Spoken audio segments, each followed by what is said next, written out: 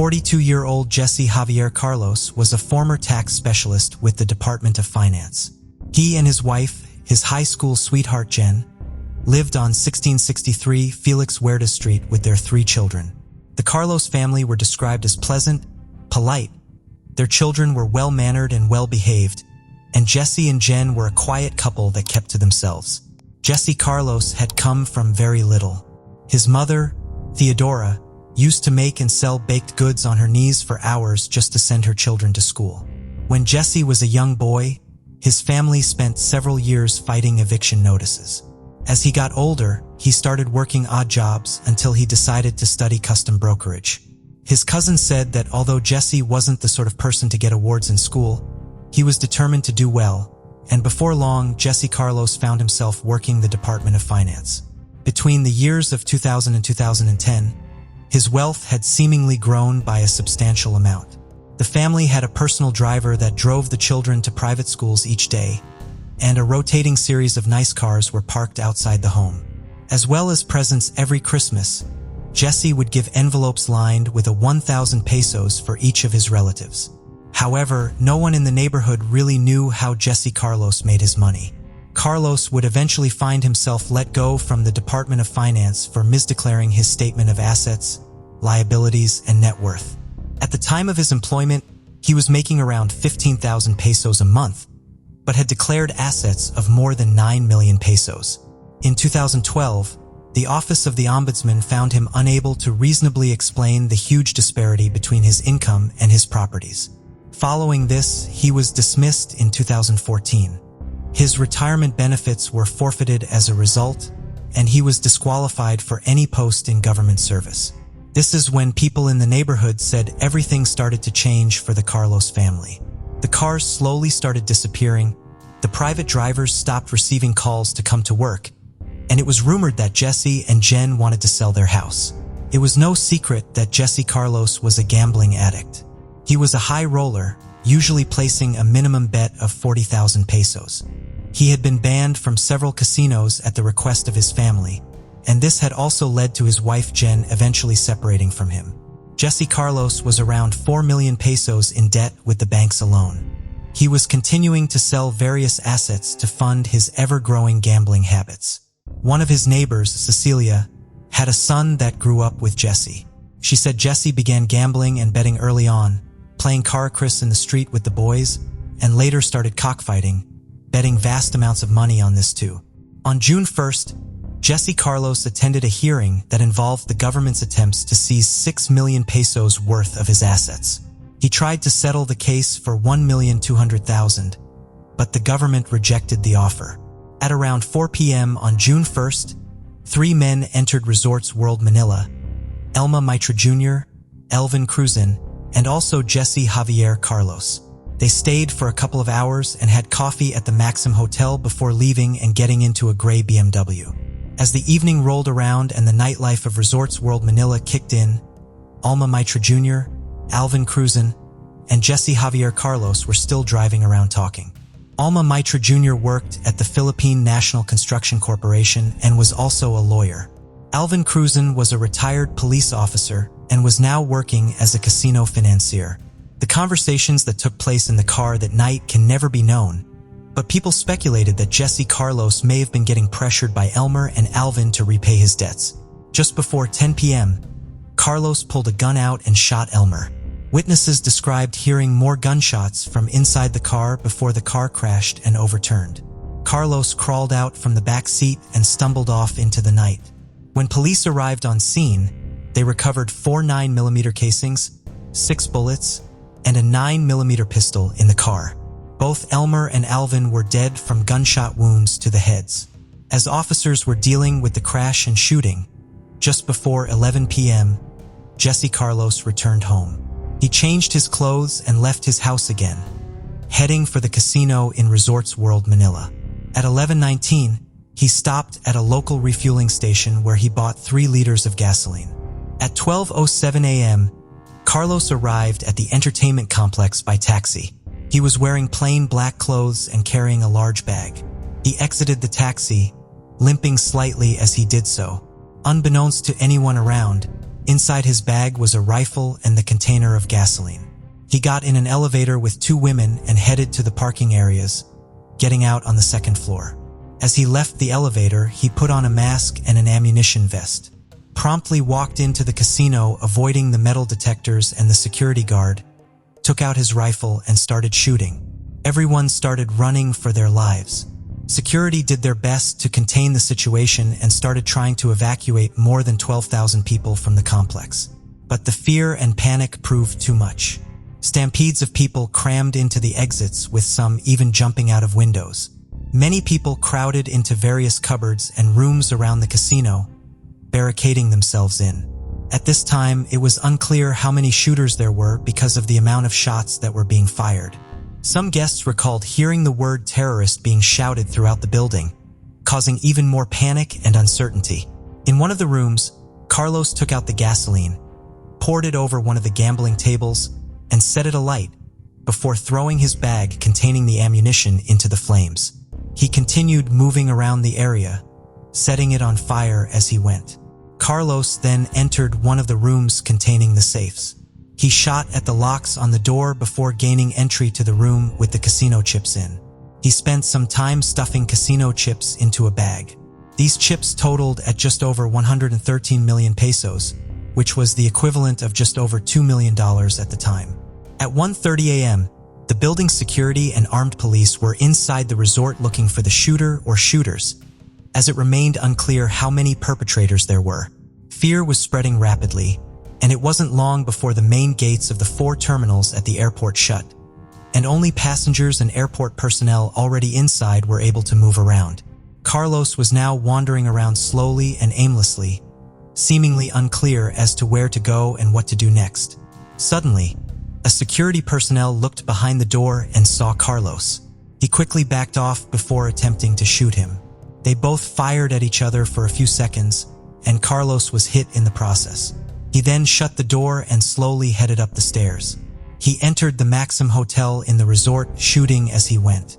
At 1:46 a.m., he shot into room number 510. He grabbed some towels and set them on fire outside in the hallway before entering the room himself. Before long, police and security cautiously entered the hallway before approaching room 510. Inside the room on the bed was the body of Jesse Javier Carlos. He had covered himself with a thick blanket before setting himself on fire and shooting himself in the head. He was burned beyond any recognition.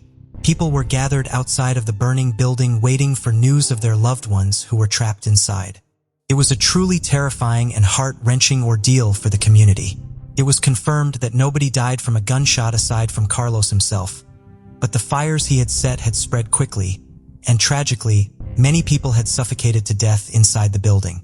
A few people also died when a ceiling collapsed on them. A further 70 people were left injured due to the stampedes when leaving the building. Police speculate that when Carlos threw his bag of ammunition onto the burning casino table, this only added to the idea that there was more than one shooter in the building and amplified people's fears about leaving the rooms they had barricaded themselves into. And tragically, this meant they had suffocated to death as a result. All the initial suspicions pointed towards an act of terror, with affiliates of Daesh, known more commonly as ISIS, claiming responsibility for the attack. But representatives of the Philippine National Police consistently maintained that the motive was likely a robbery. The shooter was working alone, and it was not a terrorist attack. Steve Cutler, chairman of the Overseas Security Advisory Council, also agreed the incident was a robbery and not an act of terrorism. However, the Speaker of the Philippine House of Representatives disagreed with the police and hinted at the possibility of it being a lone wolf terrorist attack. Soon after the incident, Philippine National Police General Ronald De La Rosa issued a statement in which he described the attack as being perpetrated by a single shooter. Any prior eyewitnesses' statements that believed there was more than one person involved. Rumors and speculation were still running rife, and the shooter's identity was still unknown to the police and public. But an autopsy was carried out, as well as using samples of blood that had been left around the casino. And with this, Jesse Javier Carlos' identity was finally revealed. Later that month, The senior inspector of the Manila Police District Homicide Division also confirmed that Carlos was the only person of interest in the shooting of Alma Mitra Jr. and Alvin Cruzan. This followed forensic testing that was done on the car. Clothing found around Carlos' house also matched the clothes he was seen wearing after the crash in various bits of CCTV footage. On June 7th, the House of Representatives Committee on Public Order and Safety and the Committee on Games and Amusement started an investigation into the tragic events.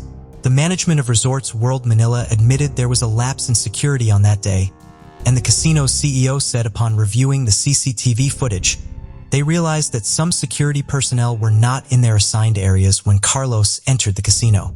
Philippine Amusements and Gaming Corporation, also known as PADCorp, regulates casinos and issues the licenses and authority for casinos to operate. On June 9th, they suspended Armin Gomez, the head of security for Resorts World Manila. Armin Gomez, the head of security for Resorts World Manila, saw his credentials severely scrutinized. It came to light that he only had a short stint in training, despite him previously stating he had 10 years of experience as a security practitioner. The House Majority Leader, Rodolfo Farengas, said that the casino's personnel should have been adequately trained.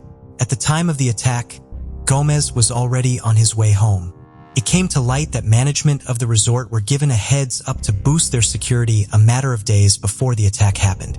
But for some reason, this wasn't followed up on. Senators urged establishments, particularly tourism facilities, to tighten up on security. And in response to the attack, police also increased their presence in shopping centers in Metro Manila. The chief operating officer of Resorts World Manila said the company was going to give 1 million pesos to each of the families of those who died in the attack. The license suspension that had been imposed by PADCor was lifted on June 29th, and Resorts World Manila resumed its gambling operations.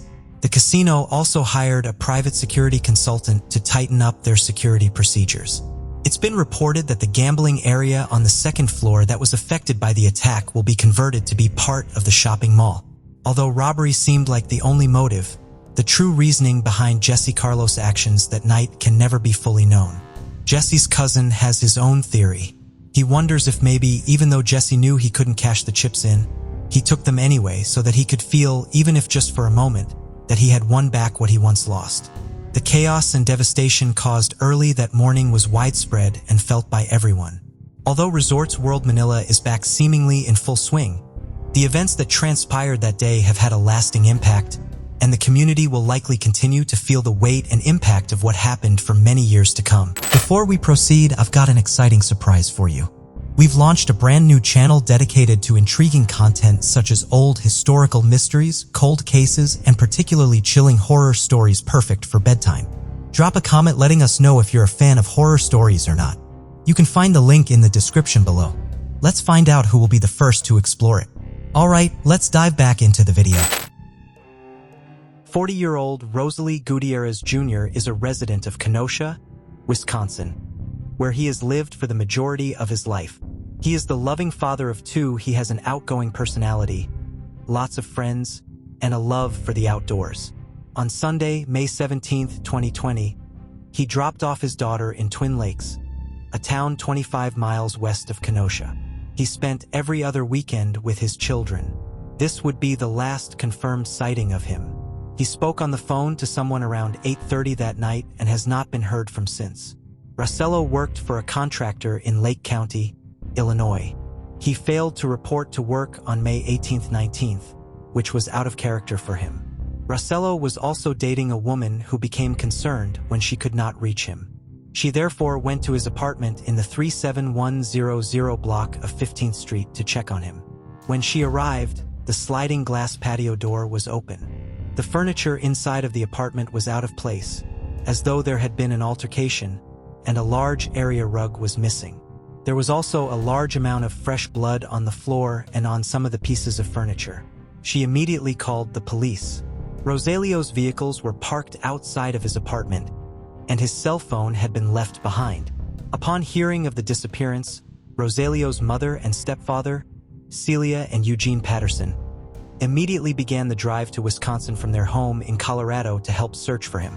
"I want people to know he is missing and that he is loved and that we want him home," Celia told Fox 6 News. "I could not have asked for a better son." Authorities quickly had a suspect in Roselia's disappearance. On May 21st, 2 days after Rosalia was reported missing, 39-year-old Zachariah Anderson of Mequon, Wisconsin was charged with 2 felonies for stalking his ex-girlfriend, who was also the mother of his children, and her current boyfriend. That woman's name has not been released because of the stalking case, but her boyfriend is Roselio Gutierrez. In the criminal complaint against Anderson, the woman claims that he was aware of her relationship with Roselio and did not approve of it. She believed that he had been tracking her movements, following her, and recording her without her knowledge based on places she saw him and information he had about her movements and conversations. When police interviewed Anderson's daughter, she told them that she had seen items that had been stolen from Roselio's car while it was parked outside of her mother's home, including a letter and his car registration in her father's possession. He had also given her a phone and instructed her to use it to record her mother. Examination of that phone revealed that it had been used to order tracker devices from Amazon on April 21st. The girl also said that Anderson admitted to her that he had been videotaping her mother and Roselio. Anderson denies these charges, and his defense attorney told the court that his former girlfriend had previously made false allegations against him. She had successfully petitioned for a restraining order against him in the past.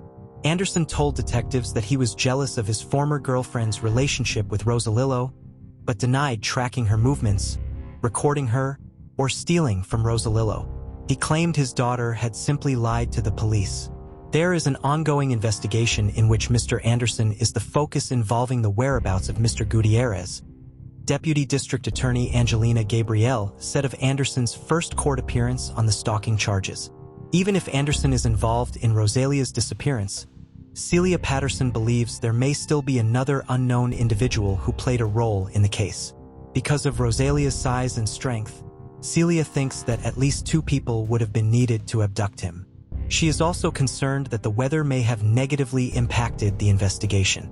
The sound of the heavy rains that fell on the night of the May 17th have prevented Roselio's neighbors from hearing the fight in his apartment, and fewer people would have been outside to witness him being taken from his home. The Kenosha Police Department has released statements in the weeks following Roselia's suspicious disappearance, assuring the public that they are still focused on the case, but they so far have not been able to release further information. Rosalia Gutierrez remains missing. On May 4, 2020, 28-year-old Devonte Morgan and his girlfriend traveled from the Bay Area to Mount Shasta, California. They would be staying at the Cold Creek Inn during their time there. The trip did not go as planned, however. The night they arrived in Mount Shasta, the couple got into a fight and ended the relationship. They still spent the night in the same room, but Devonte's now ex-girlfriend went out on her own the following morning to watch the sunrise. As she was walking back to the inn after watching the sunrise at approximately 9 a.m., she passed Devonte, who was walking south on Mount Shasta Boulevard. He still looked upset over their argument from the night before, so she did not try to speak with him and returned to the inn. Devonte, however, never came back to their room. On May 7th at 9:15 a.m., with no further sign of or word from Devonte, she went to the Mount Shasta Police Department to report him missing. The police were able to confirm Devonte's ex-girlfriend's stating of him on the morning of May 5th using surveillance footage, which showed Devonte walking south on Mount Shasta Boulevard just after 9 a.m. They were eventually able to find footage of Devonte on 10 different cameras at 6 different locations in Mount Shasta between 9 and 10 a.m. that morning. After 10 a.m., however, they have no idea where he went. Devonte's phone was last pinged on May 3rd, the day before he left on his trip to Mount Shasta. The phone has either been turned off or its battery has died and it cannot be traced. It is believed that Devonte had his debit card with him on the trip, but it has not been used since May 4th. There have been few leads in the case, but authorities have been doing what they can with the limited information they have. They received a tip that they did not believe was credible, but still brought in a cadaver dog to perform an area search based off of it. The effort did not locate Devonte. There have been some reported sightings of Devonte both in California and in Oregon.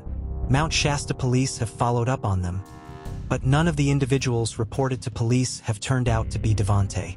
I really don't have any theories, Nothing that's got any validity or credibility that is supported by evidence. Parrish Cross, the Mount Shasta police chief, said 2 weeks after Devonte's disappearance. Devonte's family traveled to Mount Shasta after he went missing to help with the search. They have covered a massive area on foot and by car searching for Devonte in town, in area campgrounds, and up in the mountains. They have not heard from him since he disappeared and say that he would not have voluntarily taken off without contacting them. They also say that Devonte was not familiar with the Mount Shasta area and had never been there before. In general, Devonte preferred to stay close to his home and to his family. They have enlisted the help of a private investigator to look for Devonte and are offering a $25,000 reward in the case. 79-year-old Joe Roy McMillan lives in Carthage, Texas, the county seat of Panola County. According to 20 on May 21, 2020, Joe left home to run some errands. The last place he is known to have been is Ted's Saw Shop on FM 1970 near Clayton. The store and its parking lot have surveillance cameras, so Joe's entire visit to the property is documented. The footage confirms that Joe was alone at the time. Joe drove away in his blue 2004 GMC Sierra at 3:09 p.m., but did not return home. Joe's disappearance is made all the more serious by his medical conditions. He is diabetic and was without his medication when he went missing. His family also says that Joe has begun showing some early symptoms of dementia. A large number of volunteers coordinated with law enforcement to search the wooded areas and small side roads in rural areas around Carthage for Joe and his truck. The search effort was made slightly easier by the bright blue color of Joe's truck and the fact that Joe was wearing a red polo shirt at the time of his disappearance, meaning that both Joe and the vehicle would not necessarily blend into their surroundings if they ended up in a remote area. Both law enforcement and Joe's family were able to locate surveillance footage of Joe's truck driving south from different cameras, mainly at gas stations. Not all of the footage shows who was driving the vehicle, but Joe can be seen in some of it. Some of the footage is from the Nacogdoches area and the last of it is from Livingston, over 100 miles south of Carthage. Joe had family in the Houston area, and it is believed he may have been driving to see them. Most of the footage of Joe's truck shows it traveling south on Route 59. Authorities are asking that anyone with a home or business with surveillance cameras along Route 59 check their footage for any side of the blue GMC Sierra with Texas license plate DMK 2975. The search for Joe is currently focusing on the Livingston area with hopes of finding either Joe or clues as to the route he took after he drove through the area. Joe's family is offering up to $5,000 as a reward for information that helps locate him. Before we continue, 90% of you haven't subscribed to our channel, so if you like this video, please subscribe.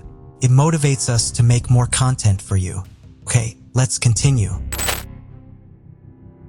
19-year-old Faith Hedgpeth was a UNC Chapel Hill sophomore.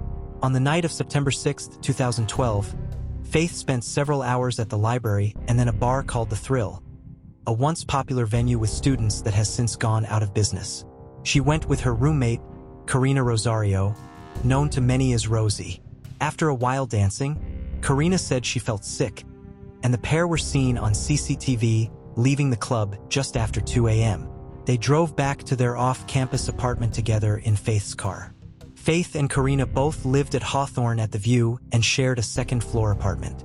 The complex is surrounded by trees and has only one way in and one way out. By 3 a.m., the pair were back at their apartment. A neighbor who was up late watching TV said she heard noises coming from the apartment which belonged to the girls. She said she'd heard thumping noises which sounded like a very heavy book bag being dropped or an end table being turned over. Around this time, records show that Faith's Facebook was accessed. At 3:40 a.m., a text was sent from Faith's phone to a man named Brandon Edwards. Ty Michael McNeil, Faith's college boyfriend, also received a text at 3:52 a.m. Karina left the apartment at 4:27 a.m., getting picked up by a friend named Jordan and leaving the apartment door unlocked. She said Faith was asleep in bed at the time. Karina stayed at her friend's apartment for the remainder of the morning before calling Faith for a lift home at about 10:30 a.m. Faith never answered the phone. Karina then phoned another friend named Marisol. Marisol picked Karina up, and they both drove back to Karina and Faith's apartment. getting there for approximately 11 a.m. Faith's body was discovered near her bed, and the crime scene was brutal. An autopsy revealed she had died from severe blows and blunt force trauma to her head. Faith was positioned on the floor leaning against the bed with her shirt pulled up over her face, and she had no clothes on from the waist down. She was also partly covered with a blanket. Investigators found semen on Faith's body, which matched male DNA found elsewhere in the apartment. Police said at the time it was more likely than not that Faith had been raped. Next to Faith's body was a handwritten note that read, "I'm not stupid, bitch, jealous." And it was written on the back of a takeout bag. Karina phoned 911, and police arrived at the apartment. Many people were questioned and considered persons of interest, including Karina's ex-boyfriend, Eric Takoi Jones, and Faith's college boyfriend, Ty Michael McNeil. DNA samples were compared, but no one came back as a match to the crime scene. No witnesses apart from the neighbor that heard thumping sounds came forward and said they had seen anything or anyone in or around the apartment at that time. And sadly, there was no CCTV. The DNA from 52 pieces of evidence, including the murder weapon, thought to be a Bacardi rum bottle, were cross-referenced with 100 of different DNA samples to rule out suspects. In 2016, from the DNA found at the scene, a composite sketch was put together using genetic coding from the DNA, which acted like a blueprint. Experts released this image of who they believed could possibly be the killer. They said it didn't rule anyone else out as being potentially involved, but the DNA indicated that the suspect is very strongly of Native American and European mixed ancestry or Latino. Several more years would pass with no leads on Faith's case. This takes us to September 16, 2021. 28-year-old Miguel Enrique Salguero Oliveras was arrested. He has a Chapel Hill address listed and was also charged with no operator's license, no liability insurance, an open container alcohol violation, and a registration violation according to court records. He failed to appear in court on September 3rd, and an outstanding order for his arrest was issued on September 7th, the court documents also showed. Police have since announced that his DNA was a match to the crime scene of Faith's apartment, and he has now been charged with first-degree murder in the case of Faith Daniel Hedgpeth. He would have been 19 at the time of the alleged defense, and he was not initially a suspect or person of interest at the beginning of the investigation. There have been few details given about the accused and how or if he had known Faith, and authorities have yet to comment on whether he will also be charged with a sex crime too. He is currently being held without bond at the Durham County Jail. Anna Mary Barnett of Radcliffe, Kentucky was just a teenager when she became a mother. As much as she loved her son Jerry, she struggled to support him. In order to be able to provide for him, she generally relied on family members to look after her son while she was at work. One day in 1965, however, Anna Mary could not find a relative to watch 5-year-old Cherry. She therefore had to leave him with a babysitter while she was at work. She did not know the babysitter, who lived in nearby Elizabethtown, very well, but she did not have any other childcare option that day. However, when Anna Mary returned to pick up her son, both Jerry and the babysitter were gone. Neighbors of the babysitter told Anna Mary that she had simply packed up and left. Anna Mary and her family tried to get assistance from local law enforcement agencies but were turned away. The only reasons they could think of for their refusal to investigate the case were Anna Mary's race or age. Whatever the authorities' reasons were for not taking Jerry's disappearance seriously, Anna Mary was more scared after asking them for help than she was when she first went to see them. The babysitter took Jerry to Delaware, where she then abandoned him. Authorities there did not have any records on him, and he was too young to provide them with details about his family or where they lived. Jerry was given the last name of Thomas and an estimated birth date and placed into foster care. Jerry grew up and eventually had children of his own. However, by his own admission, he sometimes found it challenging to be active in their lives because of the trauma he had experienced in foster care and the way it negatively influenced his understanding of the concept family. It would be one of his children who would ultimately help reunite Jerry with his family and begin to heal that damage. In 2016, Jerry's son, Damon Parker, took a commercial DNA test. In early 2020, a new DNA match showed up in the system. That match was his cousin in Kentucky, Will Barnett. Will was able to explain to Damon the details of Jerry's background and the story of how he was taken from his family. Damon was then able to speak his grandmother, Anna Mary, and arrange a reunion. In February of 2020, Damon and Jerry made the 10-hour drive from Delaware to Radcliffe. Outside of his mother's home, Jerry was met by a large group of emotional family members. After 55 years, he was finally reunited with his mother. Anna Mary knew he was really her son as soon as she saw him and was beside herself with joy at finally having him back in her life. The entire family is grateful to have Jerry back and finally relieved of the stress and concern they have carried for so many years. Jerry says the reunion and the joy his family has shown over it has filled a void that he always felt during his time apart from them. Raymond Nelson was born on September 1, 1911 in Iowa and grew up in the city of Logan. He graduated from high school in 1931 and worked as a clerk at the Logan Canty Drug Store. In 1934, he married Helen Smith, and the couple would eventually have 2 daughters, Roberta and Claudia. On December 3, 1940, Raymond dropped off his laundry at his parents' home in Logan. His sister reported that he had tears in his eyes while he was there. This would be the last time anyone in his family would see him. His youngest daughter was just 4 months old at the time. Shortly after Raymond went missing, a truck driver named J.A. Peterson came forward. Peterson said that he had given Raymond a ride to Council Bluffs on the night of December 3rd. Raymond had told him that he was on his way to Omaha, where he was due to report to work at the airport the following morning. Police went to Omaha to look for Raymond there, but found no evidence that he had arrived in the city. They believed that this meant Raymond either had met with foul play or had traveled further west. The FBI became involved in Raymond's disappearance after his draft number was called up, and he did not report for duty. They could not locate him, and he was declared a draft dodger. Raymond's social security number was never used after he went missing. There were certain details that made it appear Raymond may have voluntarily disappeared. He stopped paying many of his bills, including the one for his life insurance, shortly before he went missing. However, some members of his family were still convinced that something terrible had happened to him. His mother, Millie, remained positive that her son was not the kind of man who would have walked out on his family until her dying day. Raymond's oldest daughter, Roberta, found more comfort in the idea that something eventually had a daughter of her own, Jennifer Hoffman, who would be the driving force behind finally solving Raymond's case. Jennifer grew up hearing stories about her lost grandfather, and after she became a private investigator, she began looking into the case with hopes of finally being able to tell her mother what really happened to Raymond. Jennifer, of course, used the basic investigative techniques, collecting documents and speaking to, in this case, her relatives. She tried more creative methods as well. Raymond loved model airplanes and was highly skilled at constructing them.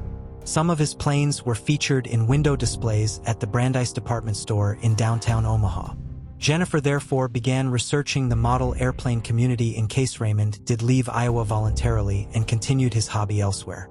During this research, she came across an image of an Australian man named Monty Tyrrell. Monty was a prominent enough member of the model airplane community that the Monty Tyrrell Memorial Scale Rally, held by the Peckham and District Aircraft Radio Control Society, is still put on every March, almost 30 years after his death. Believed that there was a striking resemblance between Monty and her grandfather. She began trying to get in contact with individuals in Australia with information about Monty, but her early efforts were unsuccessful. She was eventually able to locate someone who had known Monty towards the end of his life. This person told her that Monty's father, Ned, had lived in South Australia and worked at the Tivoli Theatre in Adelaide. If this information was correct, it would mean that Monty was not really Raymond Nelson. However, Jennifer hired an Australian private investigator who learned that no one named Ned had worked at the Tivoli.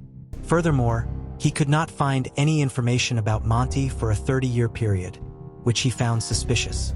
By 2004, Monty Tyrrell was Jennifer's strongest theory, but she had no way to prove if he really had been her grandfather. The lack of resolution in the case would nag Jennifer for the next 16 years until she received a phone call that would finally close it. In the spring of 2020, a man named Mark Nelson was using Ancestry.com to research his family.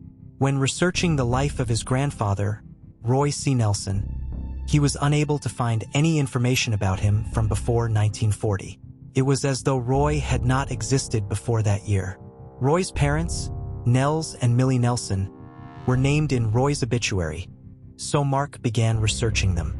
He could find no mention of having a son or living with anyone named Roy, but he did find record of their son, Raymond Nelson of Iowa. Raymond Nelson had the exact same date of birth as Roy Nelson. Mark's grandfather had claimed to be from Hibbing, Minnesota, and never used the name Raymond. Mark was not immediately concerned by these details. Perhaps his grandfather had been born in Minnesota and lived in Iowa later and disliked his name, so he went by Roy instead. However, both Roy Nelson and Raymond Nelson had draft cards on file on Ancestry.com.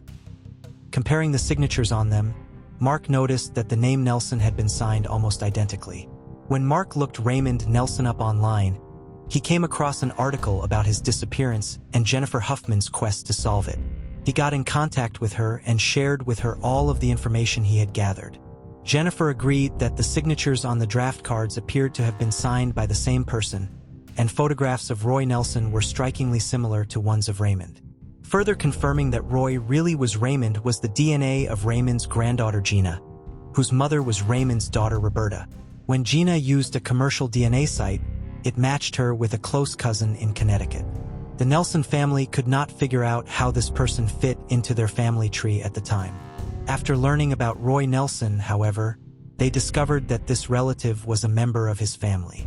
Raymond had left Iowa on his own and moved to Connecticut, where he applied for a new social security number and changed his name to Roy. While living as Roy, Raymond had 4 more children. Raymond's reasons for leaving his family in Iowa will remain unknown, but they at least now know what became of him. It's kind of bittersweet, his daughter Claudia told the Daily Nonpareil, but I'm glad we finally know what happened. Vanessa Smallwood of Maple Shade, New Jersey, was a devout Christian who was passionate about sharing her faith with others. She loved her family, especially her 3 grown sons. She had a kind heart and a caring spirit. At the beginning of 2014, the 46-year-old was going through a difficult period. She was unhappy with her marriage and on disability from her job as a contractor at the Philadelphia International Airport. She had become sick after dealing with the stress of her mother's death and her father suffering multiple strokes. She did have a history of mental health issues, but a cousin who saw her on January 25th would later report that Vanessa had been speaking optimistically about her future. On January 27, 2014, Vanessa and her husband drove to the Any Garment Cleaners in the 500 block of Haddonfield Road in Cherry Hill, New Jersey. Vanessa's husband went inside while she waited for him outside in their 2005 Chrysler Town and Country minivan.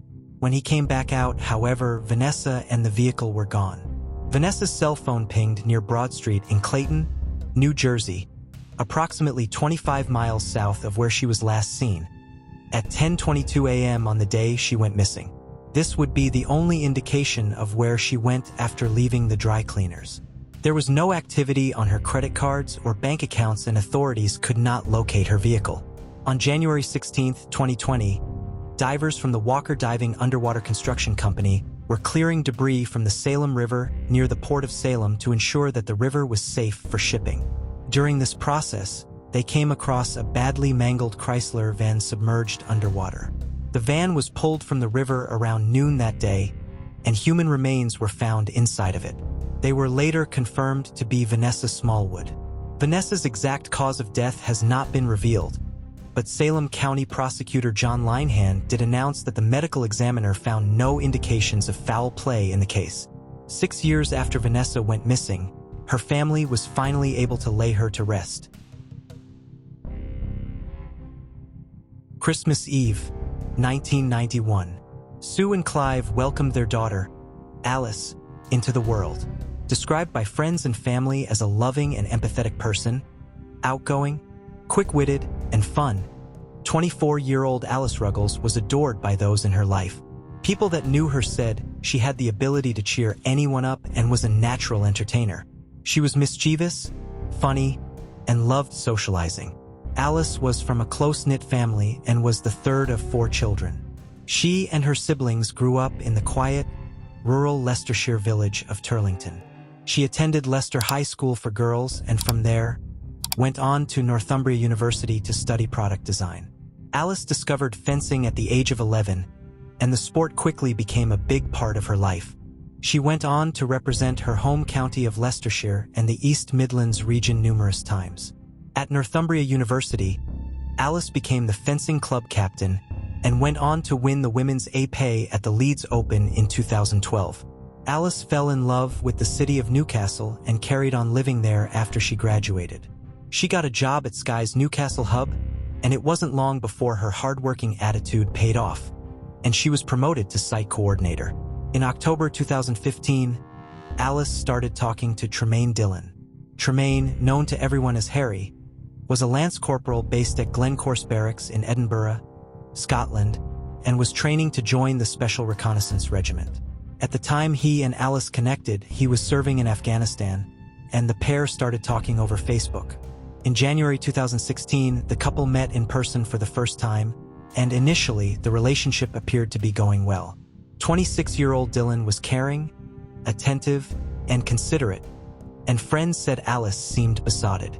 He and Alice spent a couple of weeks together in Newcastle and then in Edinburgh before he returned to Afghanistan for his final 2-month tour of duty. Dillon returned to the UK in April, and in July, Alice invited him on the family's annual holiday, where the pair were inseparable. However, this would not last, and it wasn't long before the cracks began appearing in the couple's short relationship. People in Alice's life started to notice some concerning changes in her. Once outgoing and someone that loved any chance to socialize, Alice was becoming distant and withdrawn. Dillon was becoming more and more critical of her in every way, so much so that it drove Alice further into an isolated state. She began losing a lot of weight and started falling out with friends she was once so close to. After a fight with her housemates, she moved out and into the ground floor flat on Rawling Road in Gateshead, where she lived with one of her work friends, Maxine. Women started contacting Alice, saying they had also been seeing Dillon at the same time she was. Following these claims, she ended the relationship for good in August. But Dillon was not prepared to accept no for an answer, and Alice's mental and physical health began to deteriorate even more over the following months. He bombarded her with calls, texts, and emails. While some messages were apologetic and begging for her to give him another chance, he started contacting her family and friends, even texting Sue, referring to her as Mom, and begging her to convince Alice to take him back. He then went on to tell her what a horrible person her daughter was. He was completely obsessed and would stop at nothing to get Alice's attention. Alice initially tried to be sympathetic and kind, feeling bad that he was so affected by the end of the relationship, but she soon was left with no choice but to cut him off as the tirade of messages and calls proved too much.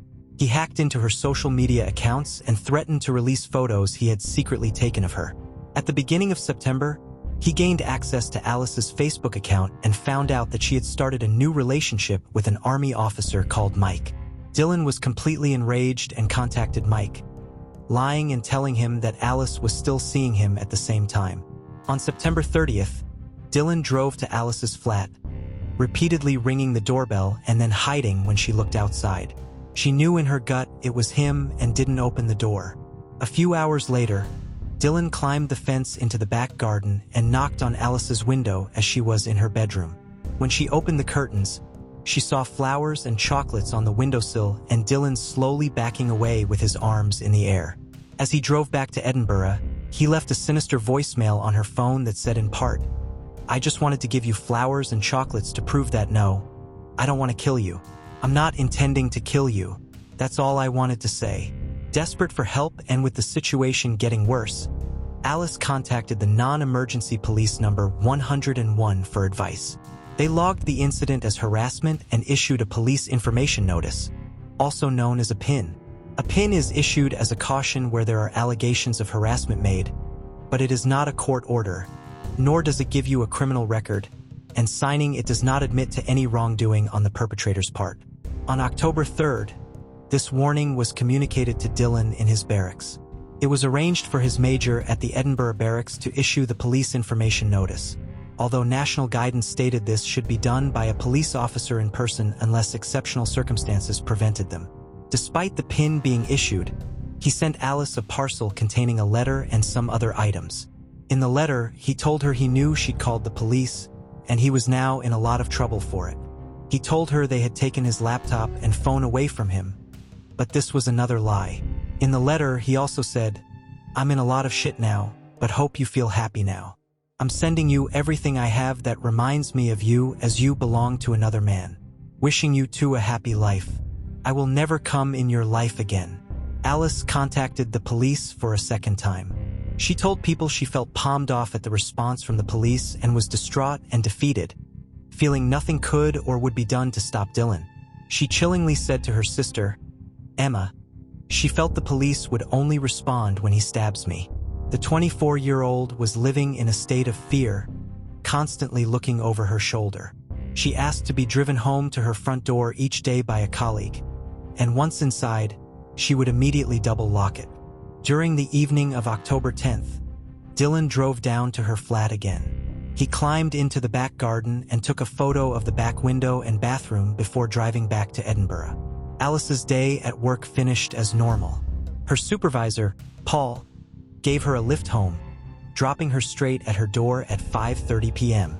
She messaged some friends showing them an outfit she had bought and briefly chatted to her boyfriend, Mike. The messages then abruptly stopped. Alice's flatmate Maxine returned home just before 6:30. Alice Ruggles was pronounced dead at 7:30 p.m. Her throat had been slit at least 6 times, and she had suffered 24 injuries in total. The coroner concluded that Alice had died from catastrophic blood loss.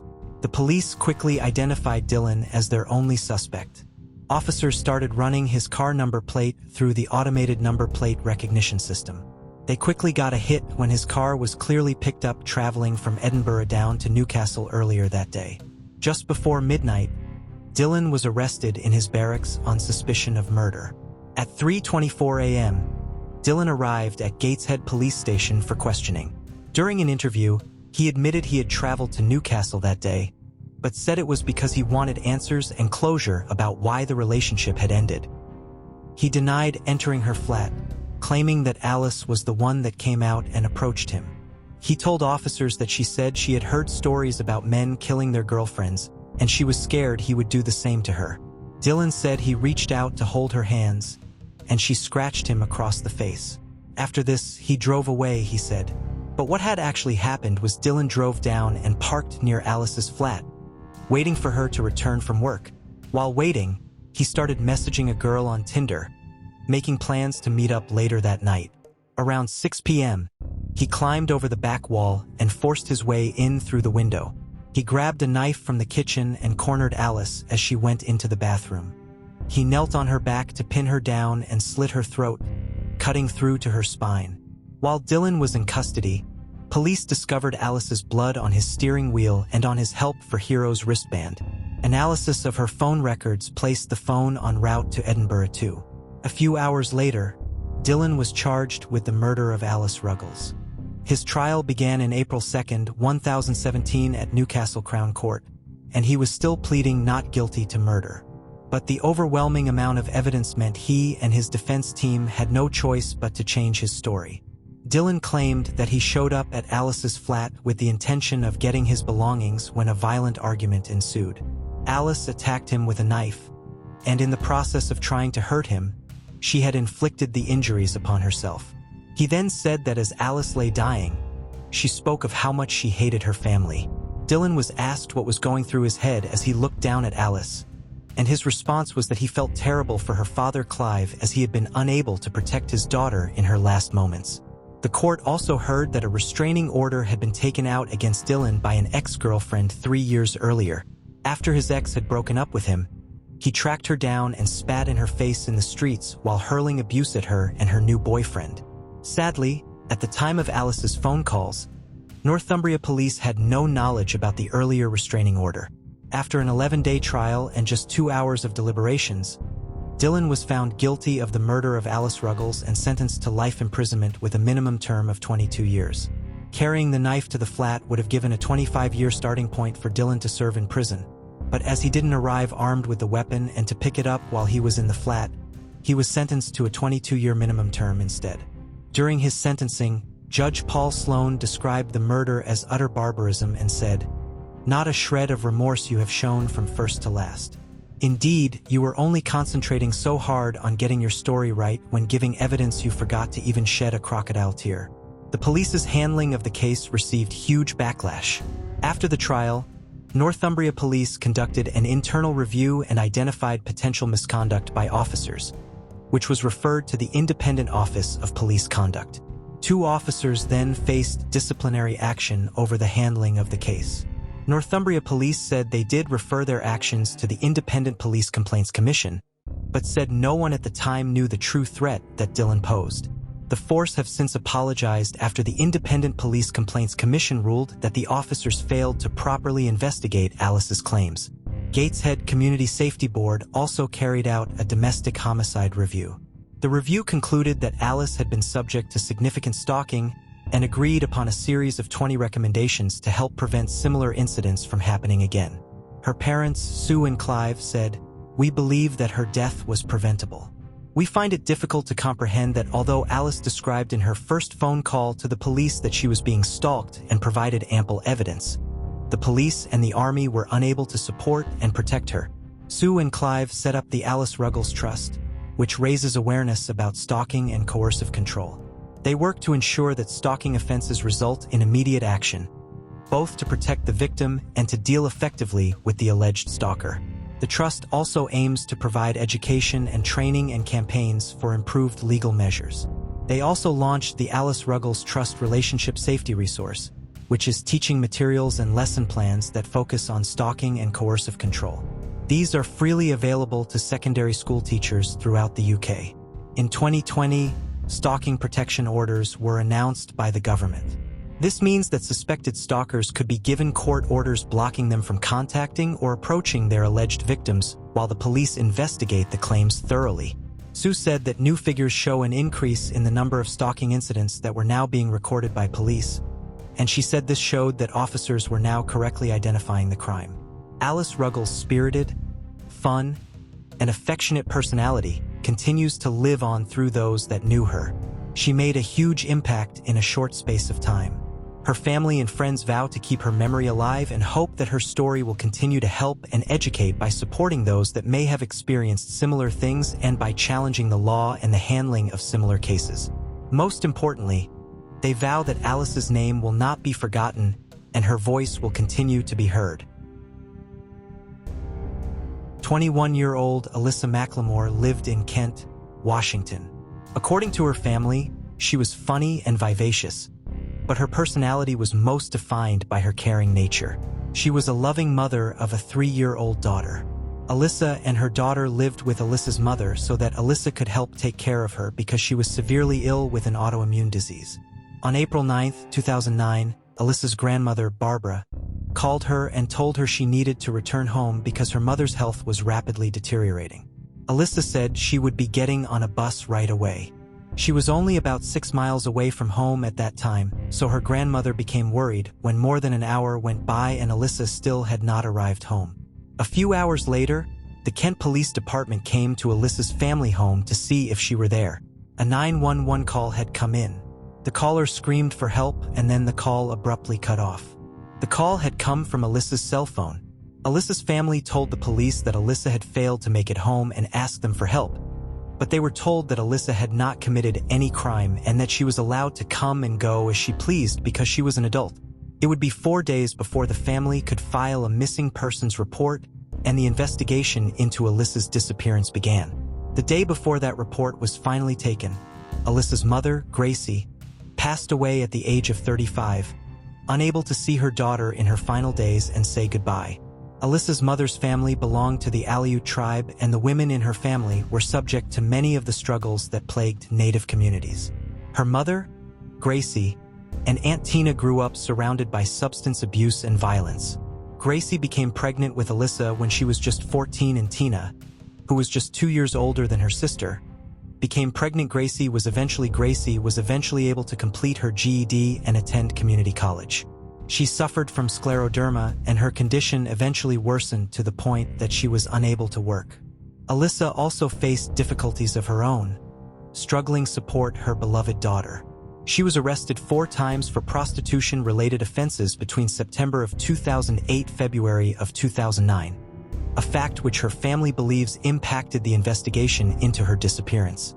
I just kind of feel like they wrote her off as a prostitute, and they probably thought that, she didn't have family. Her Aunt Tina told CNN in 2019.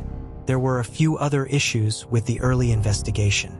DNA samples from Alyssa's family were not uploaded to the National Missing and Person System for potential future comparison for 2 years, despite the fact that Washington state law dictates that this be done after a person is missing for 30 days and in cases where criminal activity is suspected. Alyssa, who is of Alaska Native and African American descent, was also misidentified as Asian in her police report and therefore in the FBI's National Crime Information Center database. The error would not be fixed for 7 years. Because Alyssa's cell phone was not equipped with GPS, police were only able to narrow down the location where she made her 911 call to within a 2-mile radius of the cell tower it pinged off of.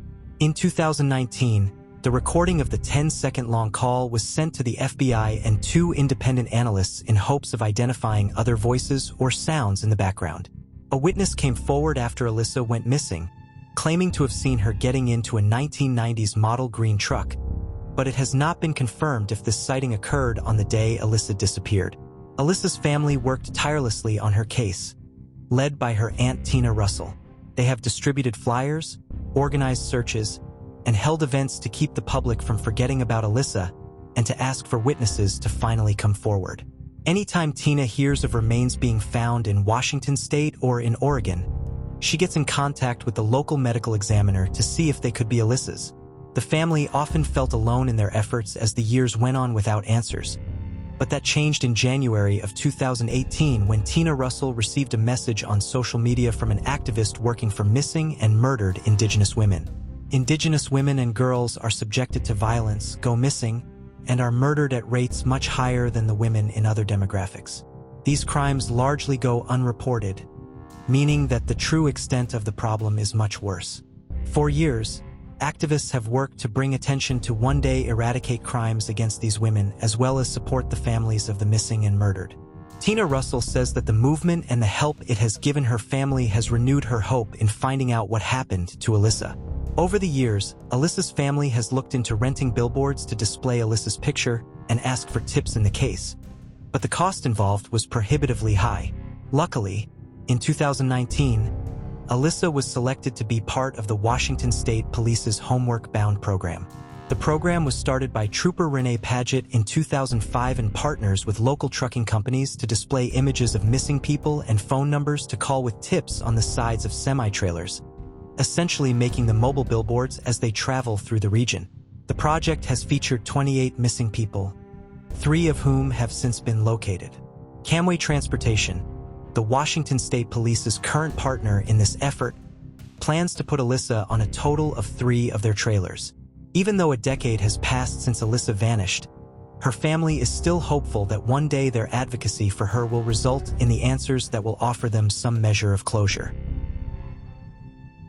Terrence Woods Jr. grew up in Capitol Heights, Maryland, and was one of 4 children. After graduating from Flowers High School, he enrolled at the Philip Merrill College of Journalism at the University of Maryland.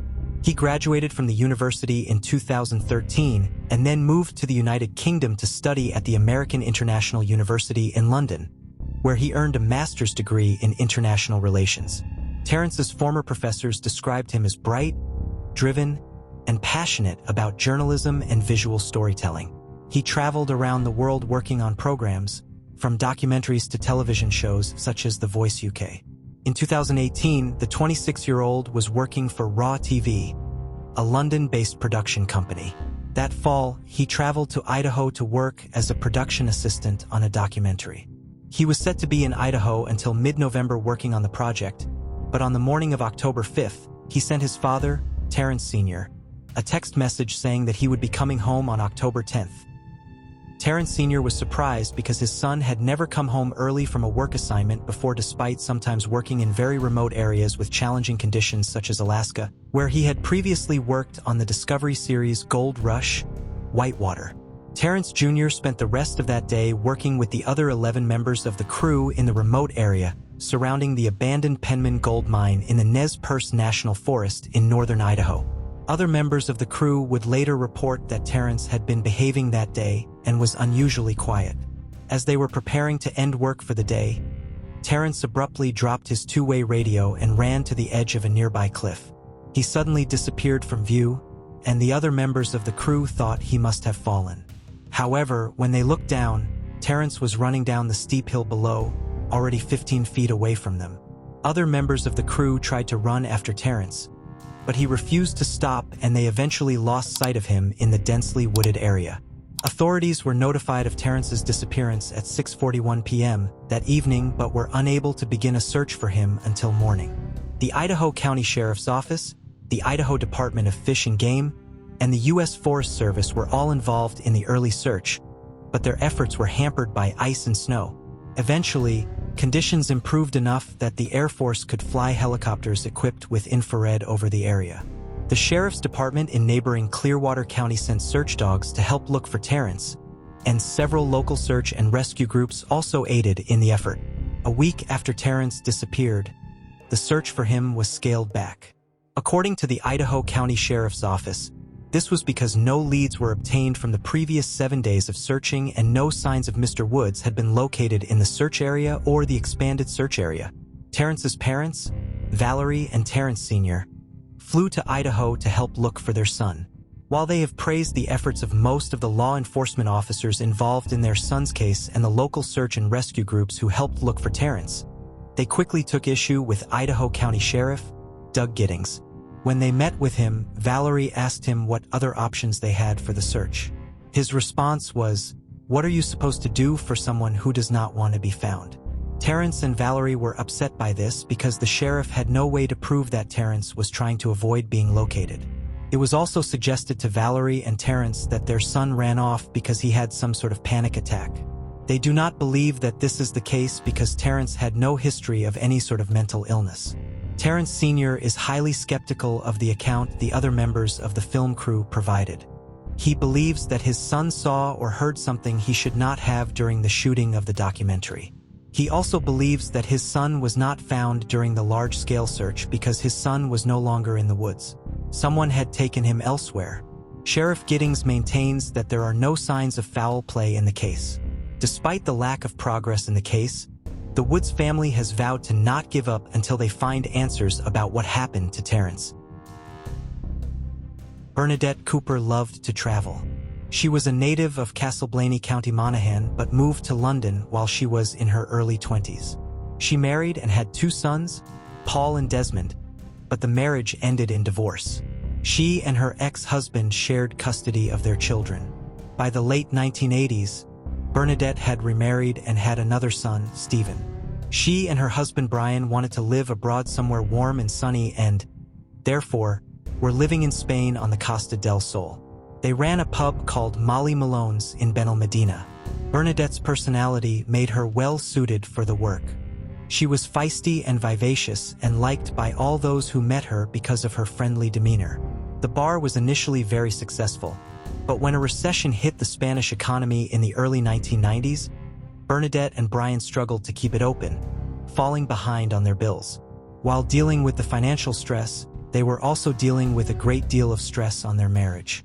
In 1991, Brian returned to their home in Surrey to begin divorce proceedings, leaving Stephen and Bernadette in Spain.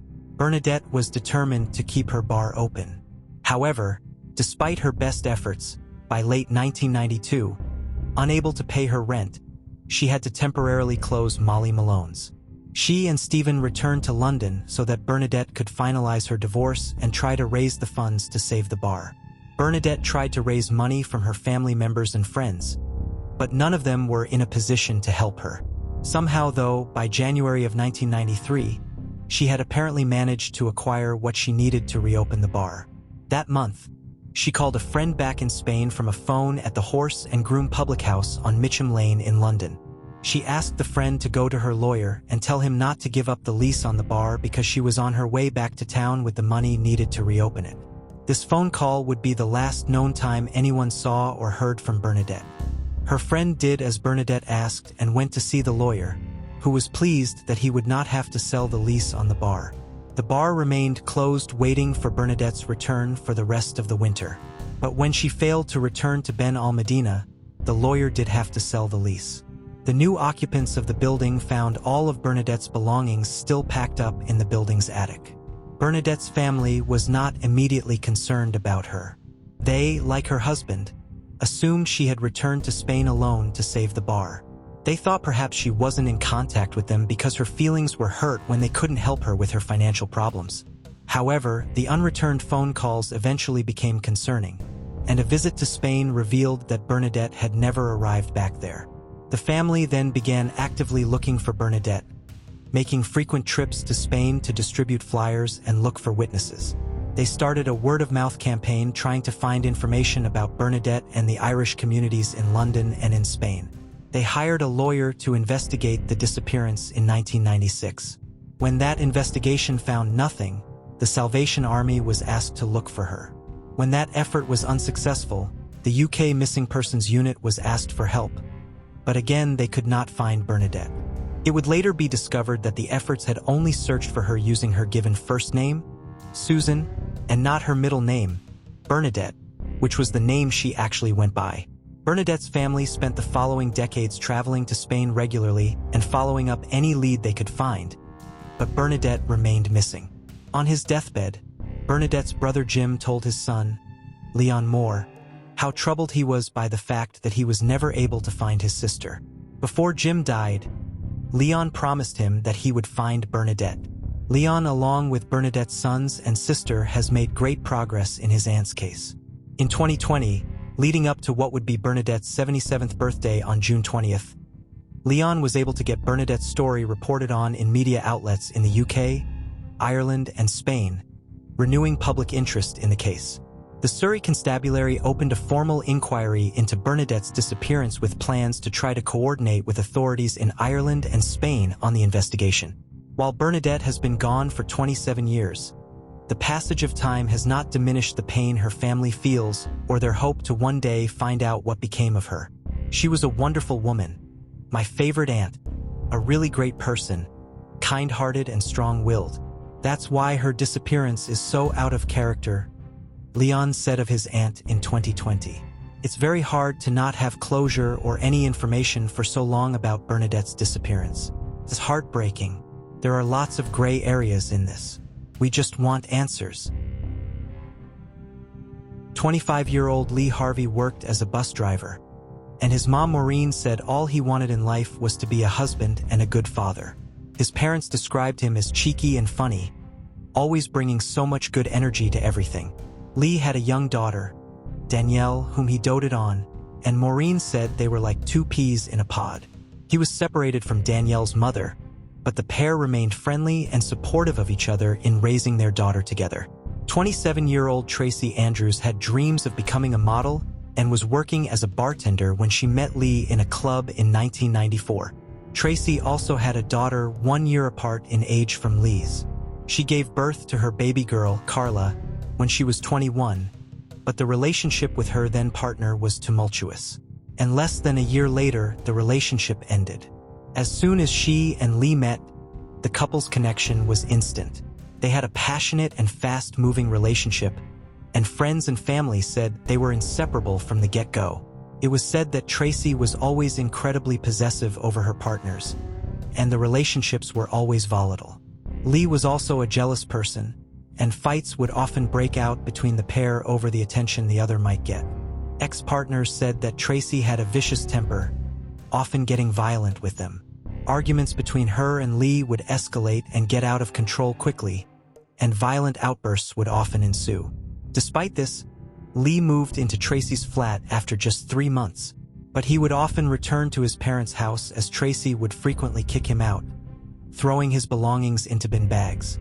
Despite everyone around the pair seeing how toxic the relationship was, Lee would always move back in, and the pair would try and work things out. Lee's mom, Maureen, said that everyone felt the relationship was bad news from the beginning. She said she could tell straight away that Tracy was controlling, paranoid, and extremely insecure.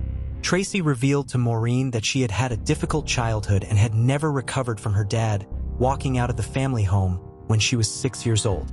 The more time that passed, the more the relationship continued to grow toxic, dangerously unhealthy, and codependent. Maureen said the arguments became the only predictable thing about the pair. Neighbors would often hear the couple shouting at each other for hours at a time, and police were called on numerous occasions to the flat to break up the fights. Maureen was starting to notice some changes in her son that she didn't like. After finding out that Tracy had bitten Lee on the neck during a vicious fight, she called Tracy, telling her the relationship couldn't continue and that it was unhealthy for the pair to carry on seeing each other. But hers and everyone else's words fell on deaf ears and the couple carried on. Tracy soon fell pregnant, and although a shock, everyone hoped this might help the couple stop fighting and focus on what was now the most important thing. Lee was over the moon after 6 months, and much to everyone's concern, Lee proposed to after 6 months, and much to everyone's concern, Lee proposed to Tracy, and the pair set about planning their wedding. After another day of explosive rows, Tracy and Lee went to the Marlborough pub in an attempt to calm things down and patch things up. They left late into the evening and began the short drive back to the flat they shared in the Beck's ALV church in Worcestershire. A car pulled up outside the Hervey house. As Lee would often return to his parents' home during fights with Tracy, Maureen didn't think too much of it, listening out for him to walk through the door and explain what had happened this time.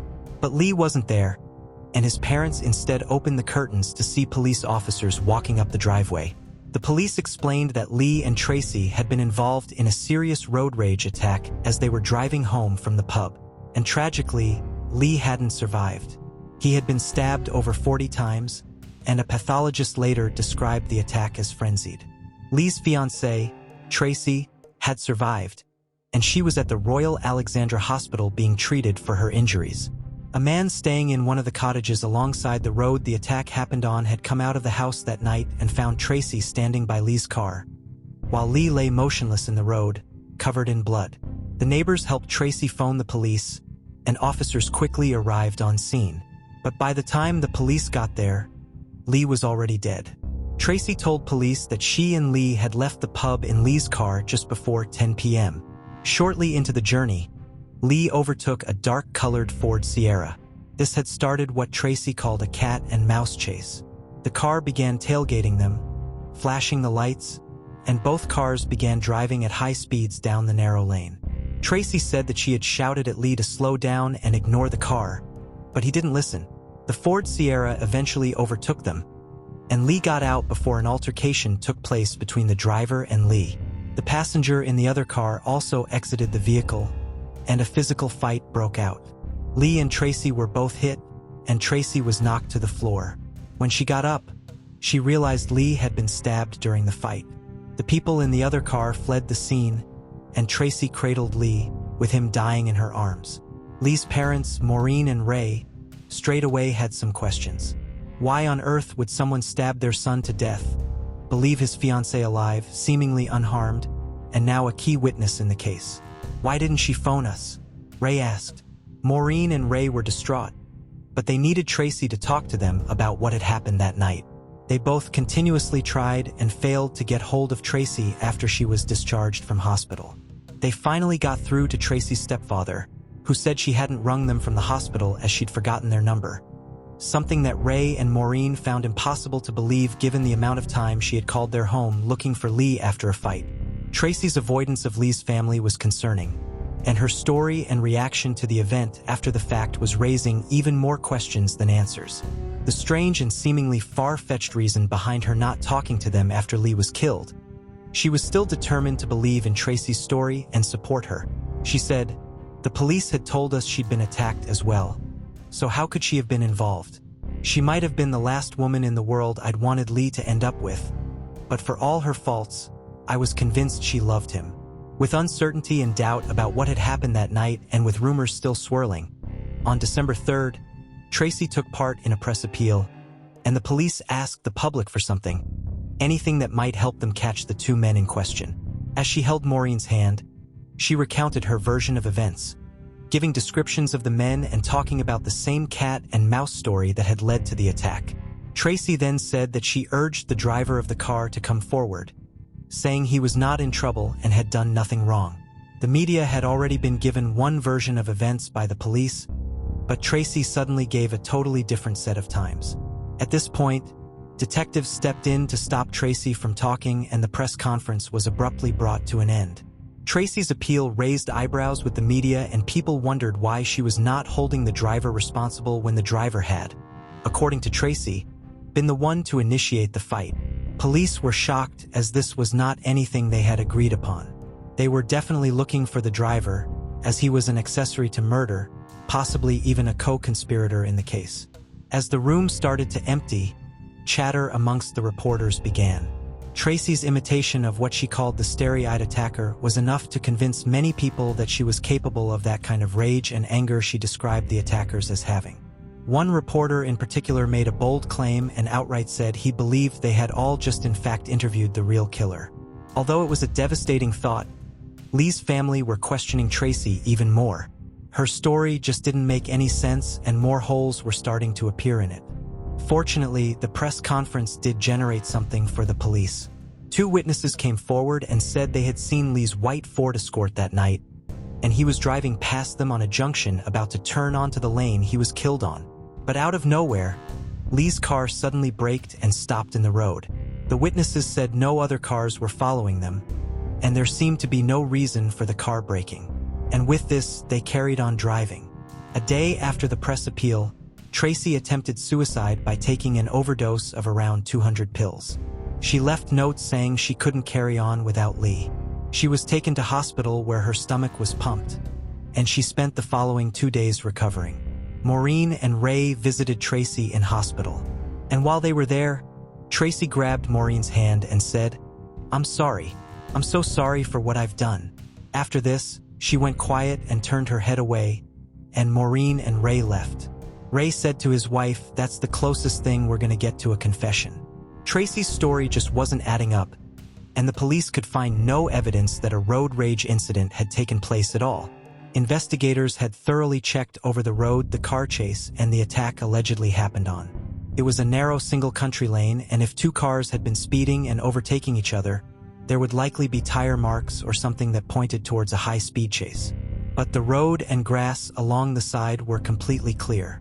The location of the blood in the road in relation to where Tracy had said the attack had happened also didn't match up.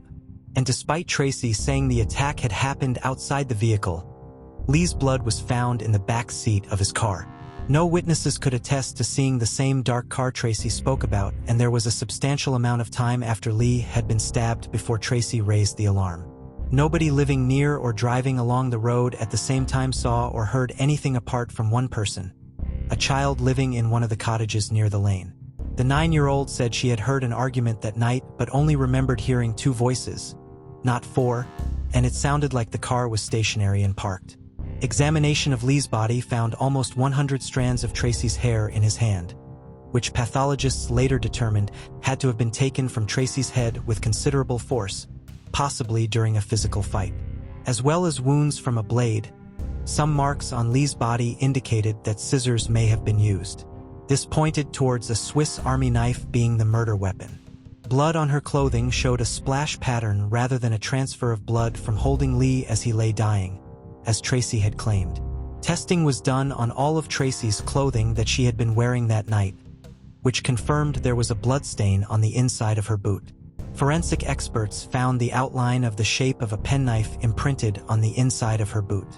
During her stay at the hospital, she visited the bathroom 6 times in 3 hours, and it was later revealed that she must have disposed of the knife somewhere in the toilets of the hospital.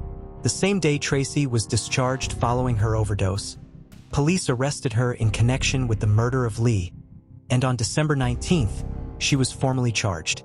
She vehemently denied any involvement and adamantly stuck to her story. To everyone's surprise, including the police, the judge made a decision that no one was expecting. Tracy was granted bail while she was awaiting trial and moved in with her mother and stepfather. It was another blow for Lee's family, and it was a highly unusual and controversial decision.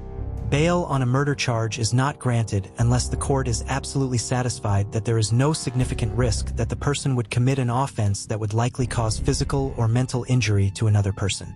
In February 1997, Lee was finally laid to rest, with 100 turning out to pay their respects and show their love and support for the Harvey family.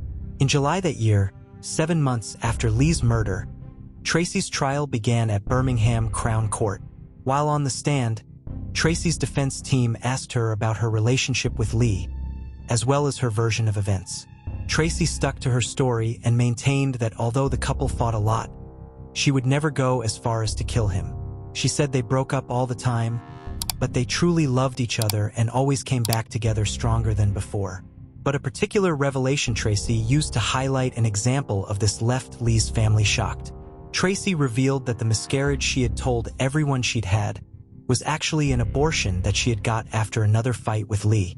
Maureen was devastated and called Tracy a lying bitch, to which Tracy angrily responded by shouting, pointing, and demanding Maureen be removed from the courtroom. The judge let Maureen stay, but this outburst gave the prosecution the perfect lead into their cross-examination of Tracy. After a few short weeks on trial, Tracy Andrews was guilty and sentenced to life in prison with a minimum term of 14 years to serve.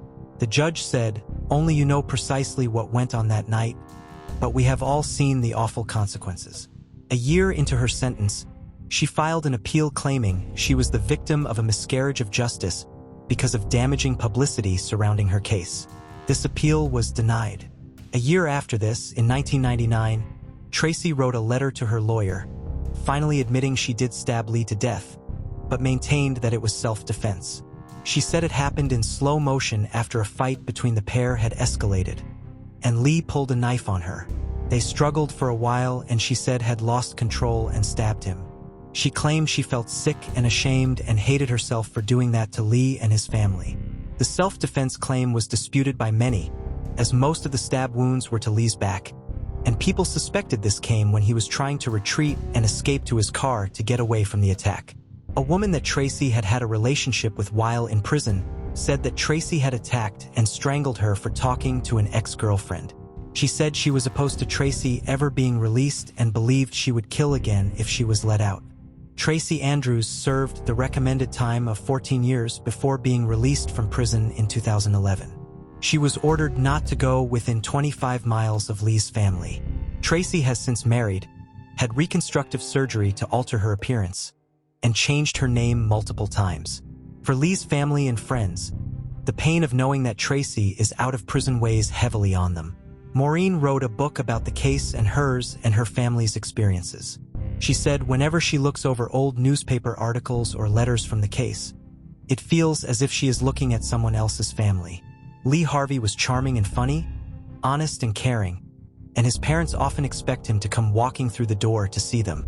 His family cherished the good memories and will always remember Lee for the great son and father he was.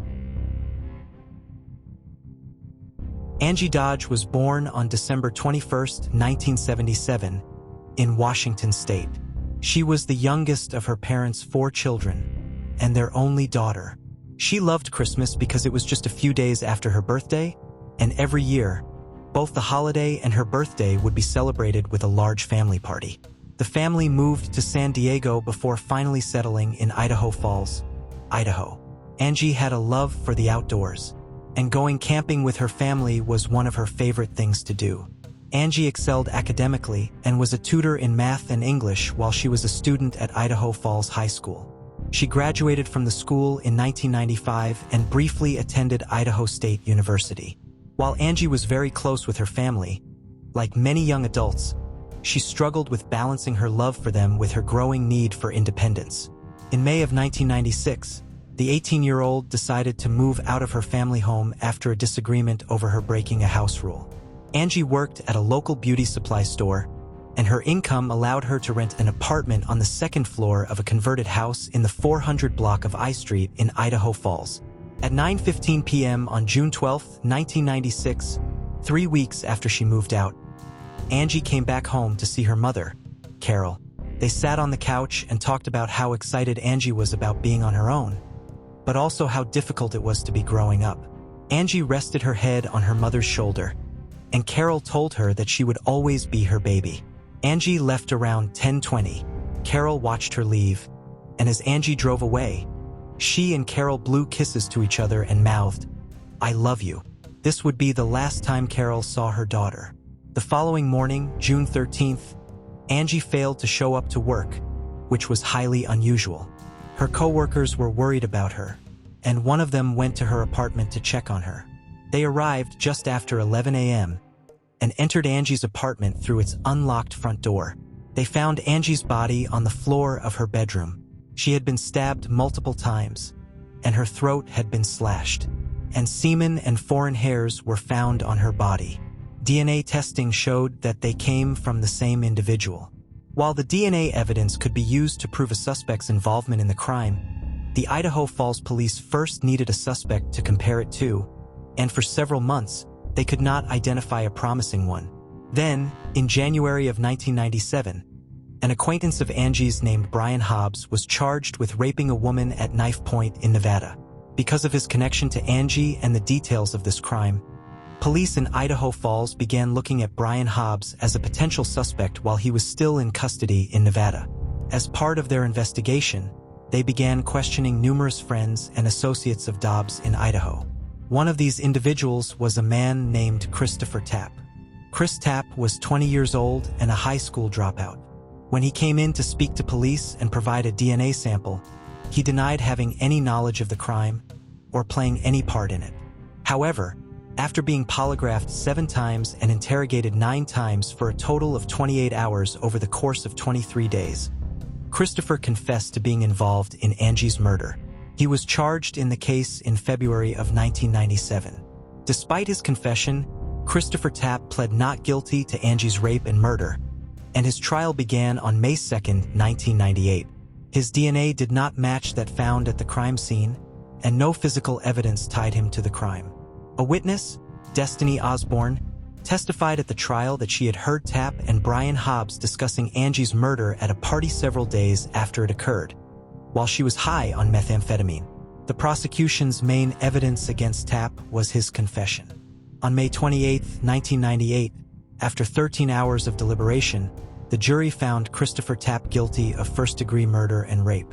Because he had confessed and would not have been convicted without that confession, the judge at his sentencing hearing sentenced Tapp to life in prison with a 30-year minimum term rather than imposing the death penalty, as Carol Dodge had requested. While there had been a conviction in Angie's case, it was still not completely solved. Because the DNA found on Angie's body did not belong to Christopher Tapp, prosecutors argued that at least one other person had been involved in Angie's rape and murder. Carol Dodge was determined to bring this other individual to justice. She did not believe Tapp's claims of his innocence and did everything she could to get him to reveal the identity of the person whose DNA was left at the crime scene. She visited him in prison and begged him to tell her daughter's last words and the identity of the other man involved. She was livid when he told her he did not know.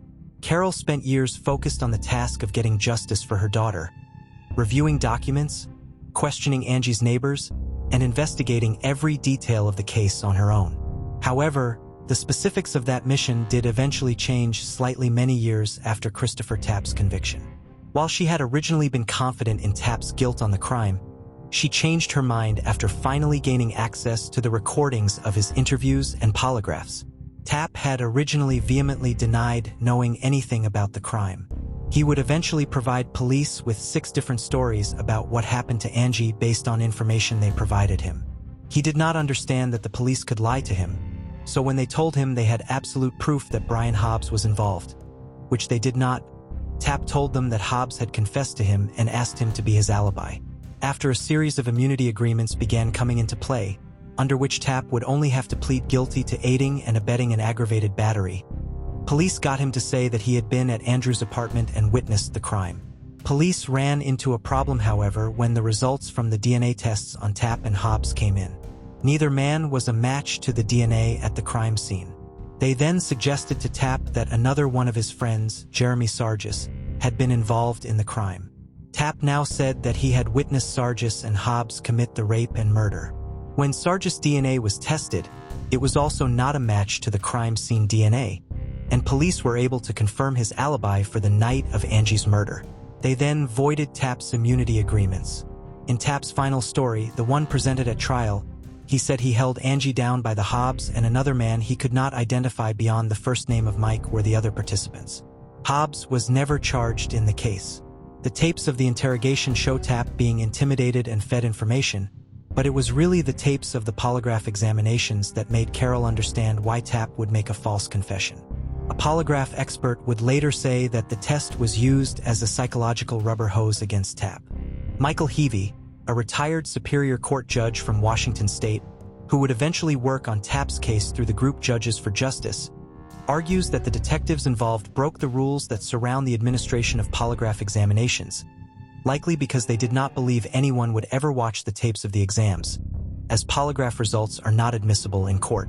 Judge Heavey argues that rather than use the exams to determine Tapp's credibility, as they are intended, the authorities in this case use them to brainwash Christopher Tapp and trick him into providing false testimony. During one of his polygraph exams, Tapp is threatened with dying in the gas chamber. Threats are not to be used in these situations specifically because they can lead to false confessions. The administrators of the test also convinced Tapp that the machine was telling them that he was lying when he said he was not involved in the crime and that it was infallible. He must have suppressed the memory of the murder because the machine could read his subconscious, and it said that he was involved. Tapp at one point asks the administrator if he had committed the crime. Tapp was provided with details of the crime and suggested answers to the questions he was being asked. When Tapp finally said he had stabbed Angie during the polygraph, one of the police officers in the room came over and shook his hand. Tapp was told he had passed the test by providing this answer.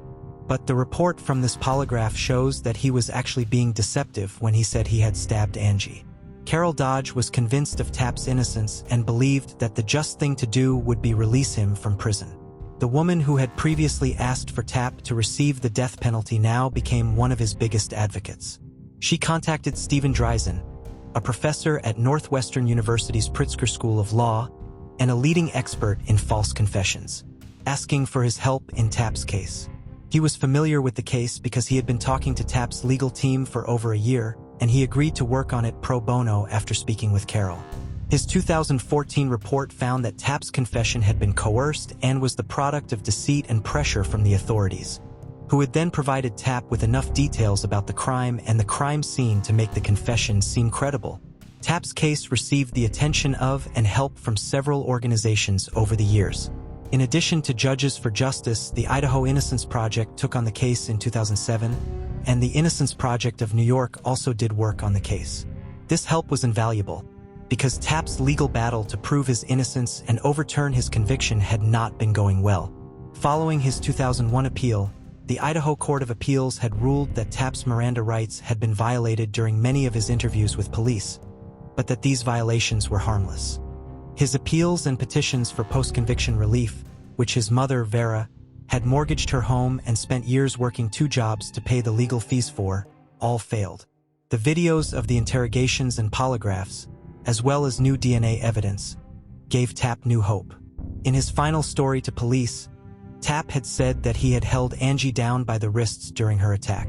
Angie's hands had been swabbed as a part of the initial investigation, but those samples were never tested, even after prosecutors went to court to argue that Tapp had touched her specifically on that part of her body.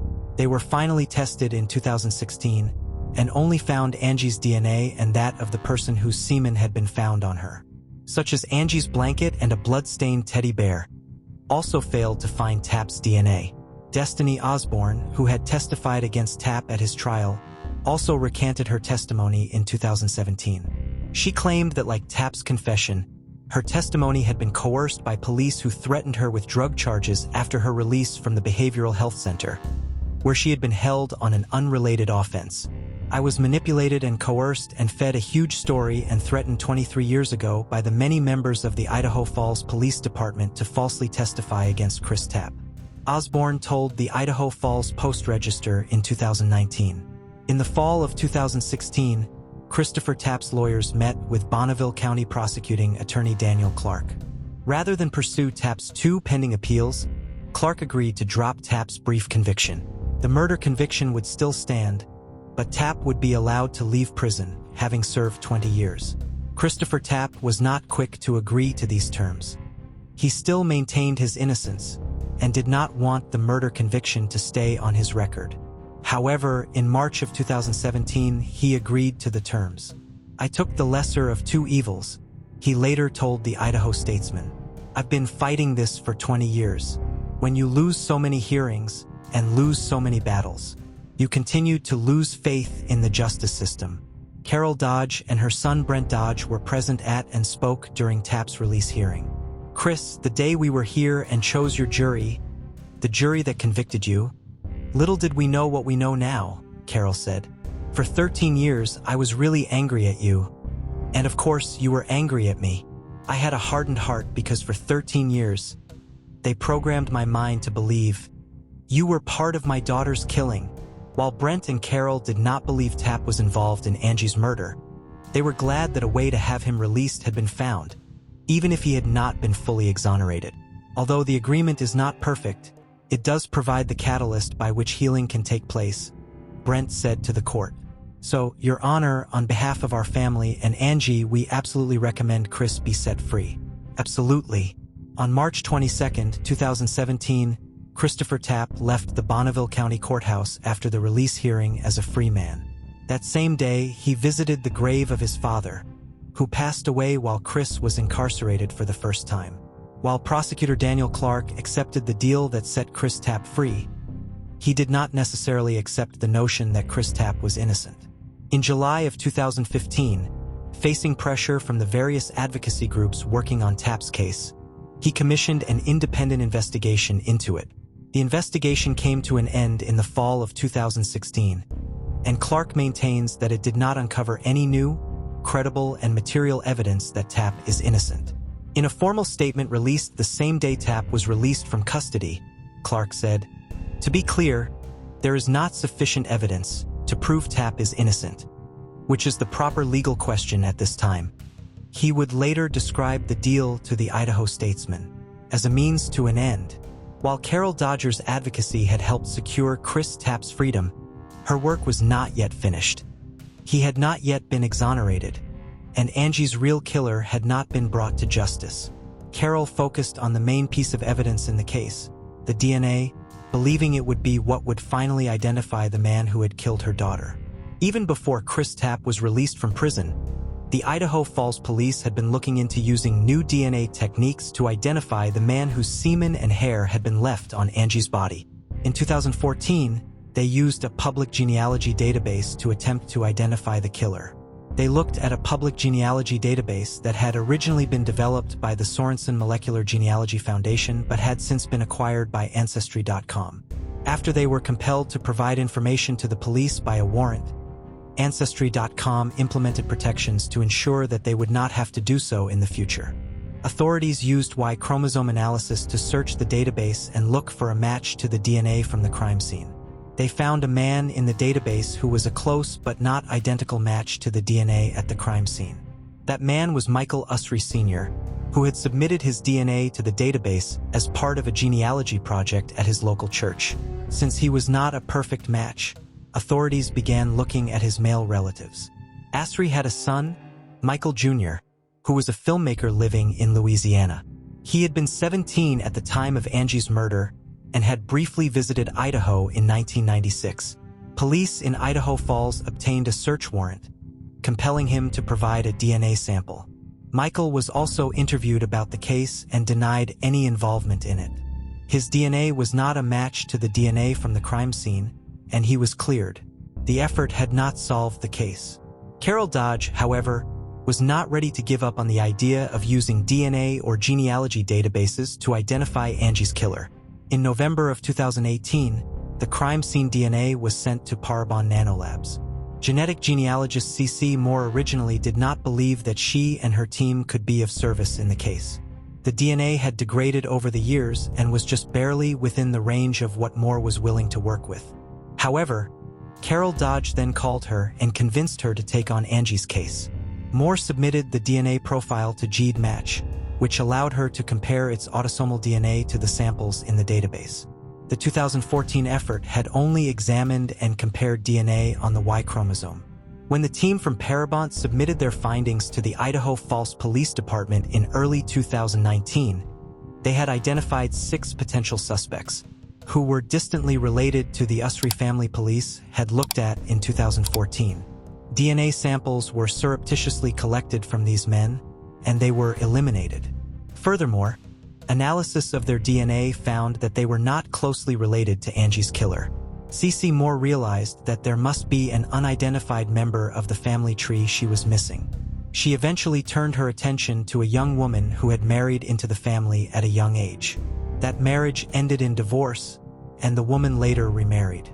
While she did not appear to have a child during her first marriage, she gave birth shortly after it ended, but the child grew up with his stepfather's surname, which was why he had not been identified as a member of the family originally.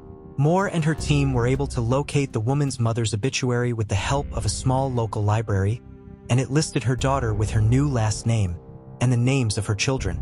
The new potential suspect was named Brian Drips, and there was a 53-year-old man with that name currently living in Caldwell, Idaho. Police from Idaho Falls traveled to Caldwell to surveil Drips and hopefully collect an item he discarded that would have his DNA on it. Drips was a smoker, and police were eventually able to collect a cigarette, but they saw him discard. When the DNA on that cigarette butt was analyzed, it was found to be a match to the DNA found on Angie Dodge's body. On May 15, 2019, Brian Drips was brought in for questioning. He originally denied any involvement in the case, but once he was informed that his DNA had been matched to the DNA found at the crime scene, he confessed to both the rape and murder. Drips had lived across the street from Angie and had been interviewed by police about her murder just days after her death as part of the neighborhood during his confession. He claimed that he had entered Angie's apartment with the intention of raping her, but had not planned on killing her. He also said that he had acted alone and did not know Christopher Tapp. Following his confession, Drips was arrested and charged with Angie's rape and murder. At the press conference announcing Drips' arrest, Idaho Falls Police Chief Bryce Johnson acknowledged the role that Carol Dodge played in keeping Angie's case alive. "Carol inspired us all to try harder and do better," he said. "Carol, for 23 years, every day, every second of every day, she's been looking out for her daughter. This case begins and ends with Carol." On July 11, 2019, prosecuting attorney Daniel Clark filed a motion requesting that the court vacate Christopher Tapp's murder conviction. There exists clear and convincing evidence that Tapp was convicted of a crime he did not commit. Clark wrote in the filing, "Therefore, the state moves that the court grant post-conviction relief, set aside the jury verdict and vacate the judgment of conviction, and dismiss the case."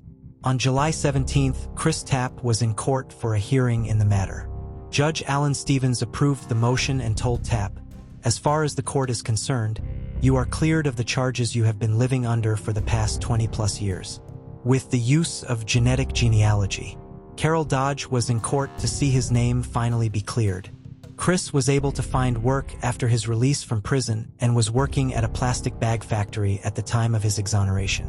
His opportunities had been limited due to the murder conviction on his record, but his exoneration eliminates that problem. He is relieved to have finally restored his family's good name for his mother. In December 2019, he filed suit against the Idaho Falls Police Department and several individual detectives and officers seeking damages for false imprisonment and arrest, malicious prosecution, defamation, libel, negligence, and emotional harm and distress. Brian Drips remains in custody awaiting his trial, which is currently set to begin on June 8, 2021. His lawyer is currently petitioning for his confession to be thrown out, and for a change of venue due to local media coverage of the case. Carol Dodge is frustrated by the long wait for the trial and worried she will be unable to make the frequent trips to another part of the state for the trial and other hearings related to the case. "Angie's case is just as well known over there as it is here," she pointed out. Despite the challenges she has faced and the twists and turns the case has taken over the past 2 decades, Carol remains just as committed as ever to making sure that justice is served in Angie's case. Mary Jamison was born on January 11, 1953, but she was affectionately called Bobo by everyone who knew her. One of 5 children, she was born and raised in Magnolia, a town in southwestern Arkansas, an area where her family had deep ties. Her father, Gresham, had grown up on a farm north of Magnolia, and her mother, Sue, was born in Sparkman, approximately 60 miles away. Both Gresham and Sue attended college in Magnolia, at what was at the time called Magnolia A&M, but would become Southern Arkansas University by the time Bobo graduated from the school in 1976. Gresham went into real estate development following his graduation, and in 1949, he and Sue founded their family business, Magnolia Lodging. The couple developed more than 50 properties together over the course of their career, mainly hotels and motels in Arkansas and Texas. Sue was also very active in civic and charitable endeavors in the community. She loved the arts, particularly theater, and served on the Magnolia Arts Council. Bobo was in certain ways a good mixture of both of her parents. She was active in her community from a young age as a Girl Scout. In 2014, one of her classmates would write to the local paper to share the story of how Bobo responded to the integration of Magnolia schools. The classmate, who was African American, recalled the uneasiness she felt coming into the previously all-white school, and how Bobo's acceptance of and friendliness towards her new classmates inspired other students to behave in the same manner, making what could have been a difficult transition much easier. Bobo loved the arts like her mother, but whereas Sue preferred the theater, Bobo had a passion for studio art. After graduating from college, she opened up a small art studio in Magnolia and began teaching art classes out of it. She also shared her father's interest in real estate and purchased a house on McNeil Street to refurbish and resell for profit. Rather than outsource most of the labor the home needed, Bobo did it herself. On the morning of July 20th, 1978, 25-year-old Bobo went for a walk and then into her studio, where she taught a morning art class. While the day started off normally, Bobo would not return home at her usual time. She still lived at her family home, and Mrs. Shin became worried when it was almost time for dinner, but Bobo had not made it back. She began calling around to Bobo's friends to see if they knew where she was. Bobo had taken an ad out in the local paper for the home she had renovated and was now trying to sell. Her friend Anita, whom she had met because she was dating a friend of Bobo's boyfriend, had called Bobo at her studio that morning. Anita was still a student at Southern Arkansas University and often spent time with Bobo in the afternoon. After she was done with her classes and Bobo had finished teaching her lessons, their favorite place to spend time that summer was the pool at the motel on Main Street Gresham Shin had recently built. When Anita called Bobo at 11 a.m. that day to ask her to get together that afternoon, Bobo could not immediately commit to any plans. She was waiting to hear back from a man who was interested in potentially buying the home she had just renovated. She promised to call Anita back after she found out if she would be showing him the house that afternoon or not. Bobo called Anita back just a few minutes after hanging up from that first phone call. The prospective buyer had just called her back, and he had a house just outside of Magnolia he was interested in trading her house for. She was going to meet with him, but hoped to be able to see Anita afterwards. "Come looking for me if I'm not back this afternoon," she joked before hanging up the phone.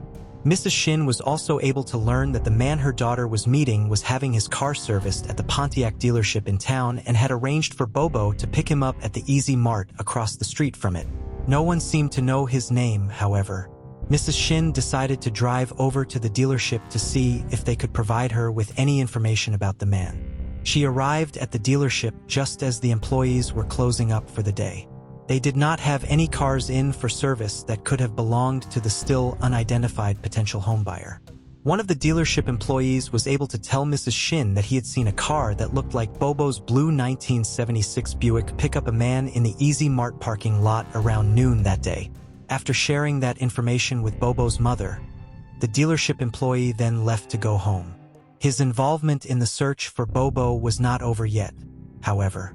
As he drove down Main Street, he happened to see a blue Buick parked behind Smitty's grocery store. He pulled into the parking lot to see if anyone was around the vehicle. No one was. However, the scene inside the car was concerning. Bobo's white tennis shoes were on the floor by the pedals, and her sunglasses and a novel were thrown on the passenger seat.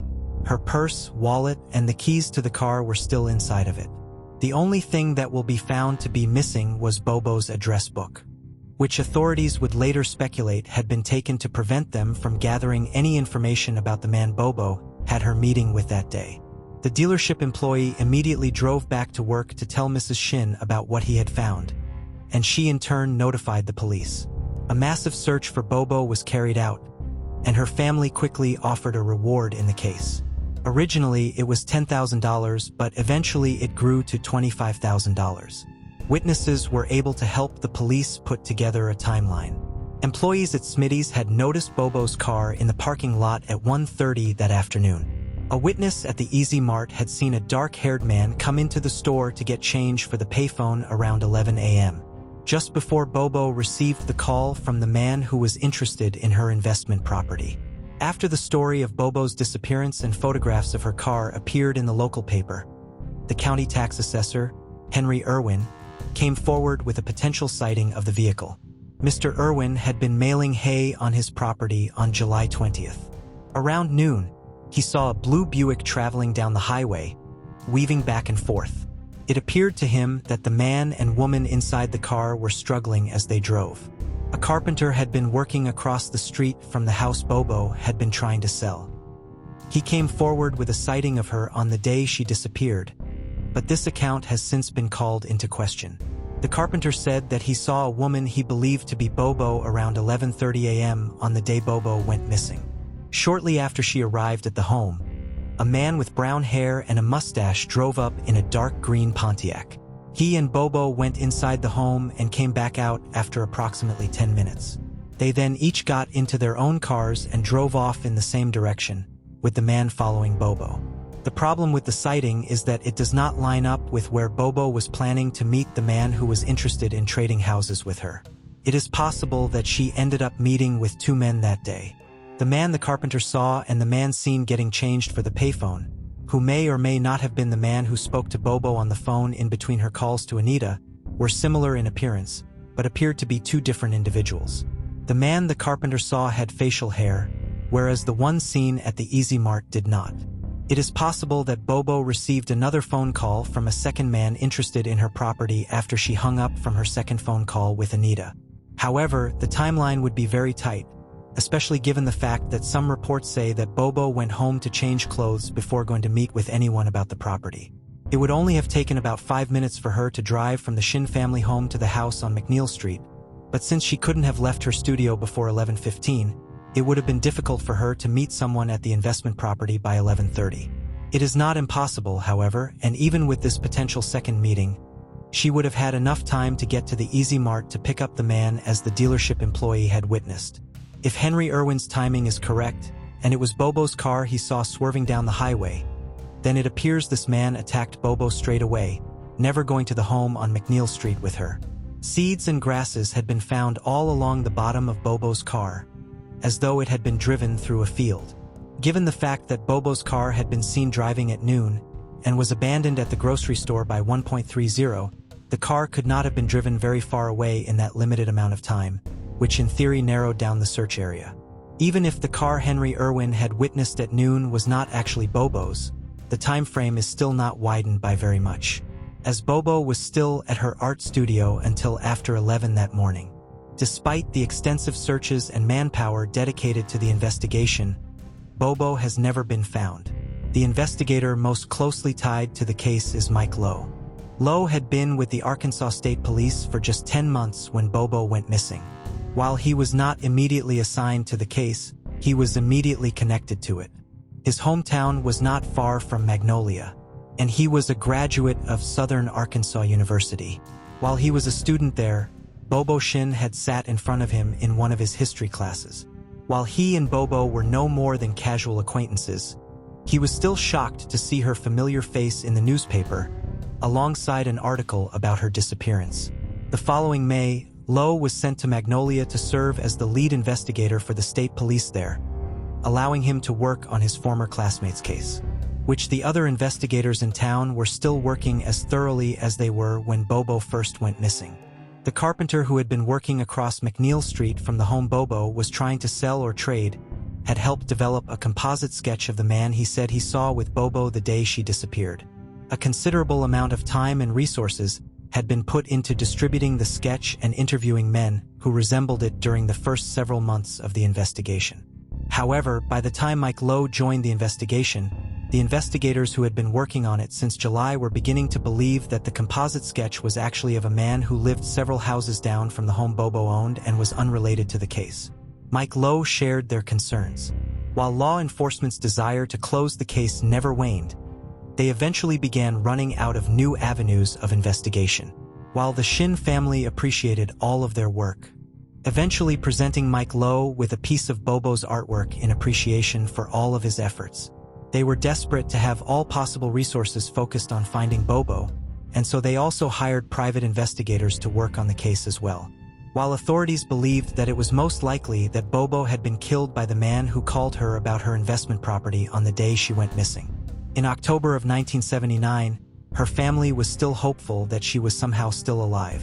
Even though more than a year had gone by without any sort of ransom demand, they had already gone through 2 private investigators, and that month they reached out to the third and most controversial investigator they would hire.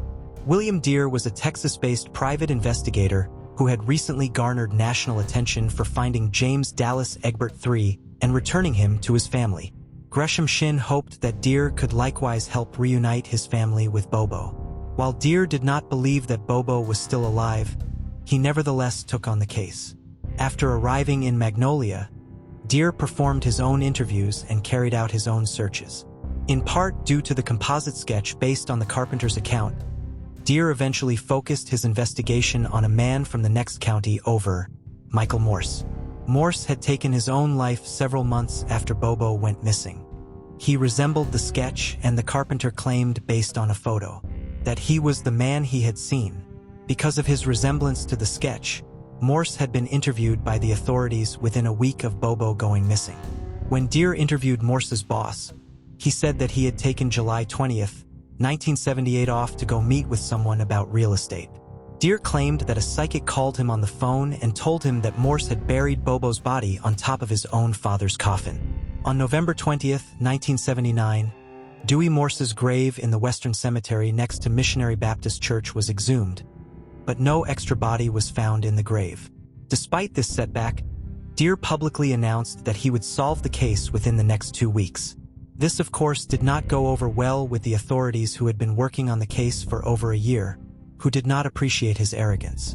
While the Morse family did consent to the exhumation of Dewey Morse's grave, they filed a $2 million lawsuit against William Deere.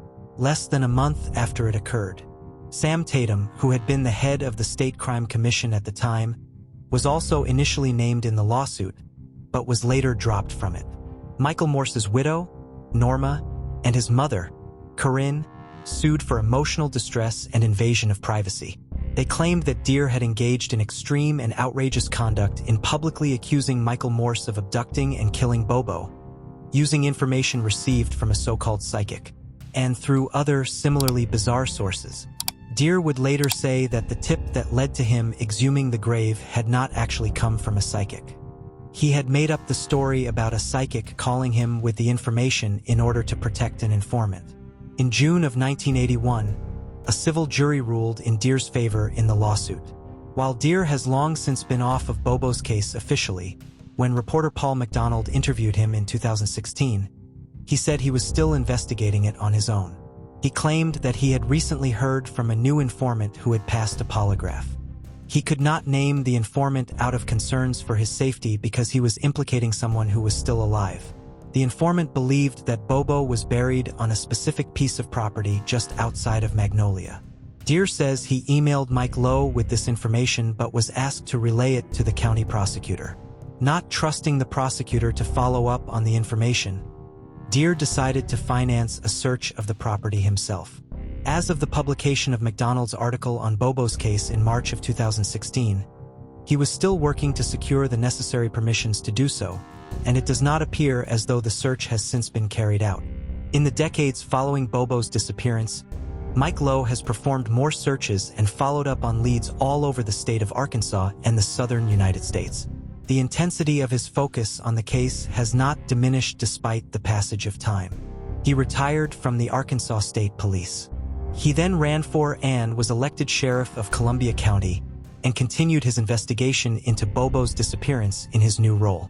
In January of 2015, Sheriff Lowe worked with a team of 3 other investigators to revamp the investigation. They looked at all of the evidence again and re-interviewed witnesses. The information was organized into a new file that Lowe submitted to the FBI's Behavioral Science Unit. He has also resubmitted evidence for more sophisticated testing than was available in 1978. So far, these efforts have not resolved the case. Both of Bobo's parents passed away without ever learning what happened to their daughter, her father in 1986 and her mother in 2012. In 2014, her brother and 3 sisters decided they wanted to celebrate Bobo's life, despite the lack of information about exactly how it ended. On July 19th, the family gathered in the Memorial Park Cemetery to dedicate a headstone for Bobo, next to the plot shared by her parents, where they hoped to one day lay her to rest. Later that day, the family and the community gathered for a memorial service for Bobo at Central Baptist Church in Magnolia. The service featured multiple musical performances, memories, and speeches, one of which was given by Dr. John Stubblefield, who had served as pastor of the church in 1978 and knew Bobo. For those who are perpetrators of evil, be sure that your sin will find you out. Not that God will find out about your sin, He knows it. But the sin will be exposed, he said at the service. It is my hope and prayer that someone even at this date might come forward and share something that would help bring closure to this family. Thank you for joining us on this journey into the depths of unsolved mysteries. Cold cases not only challenge our understanding of the past, but also ignite our curiosity and determination for answers. Remember to subscribe to stay updated on our latest investigations. And if you have any information regarding the cases we've covered, don't hesitate to reach out. Together, we can shed light on the shadows of the past and bring closure to those who seek it. Until next time, stay vigilant, stay curious, and never stop seeking the truth.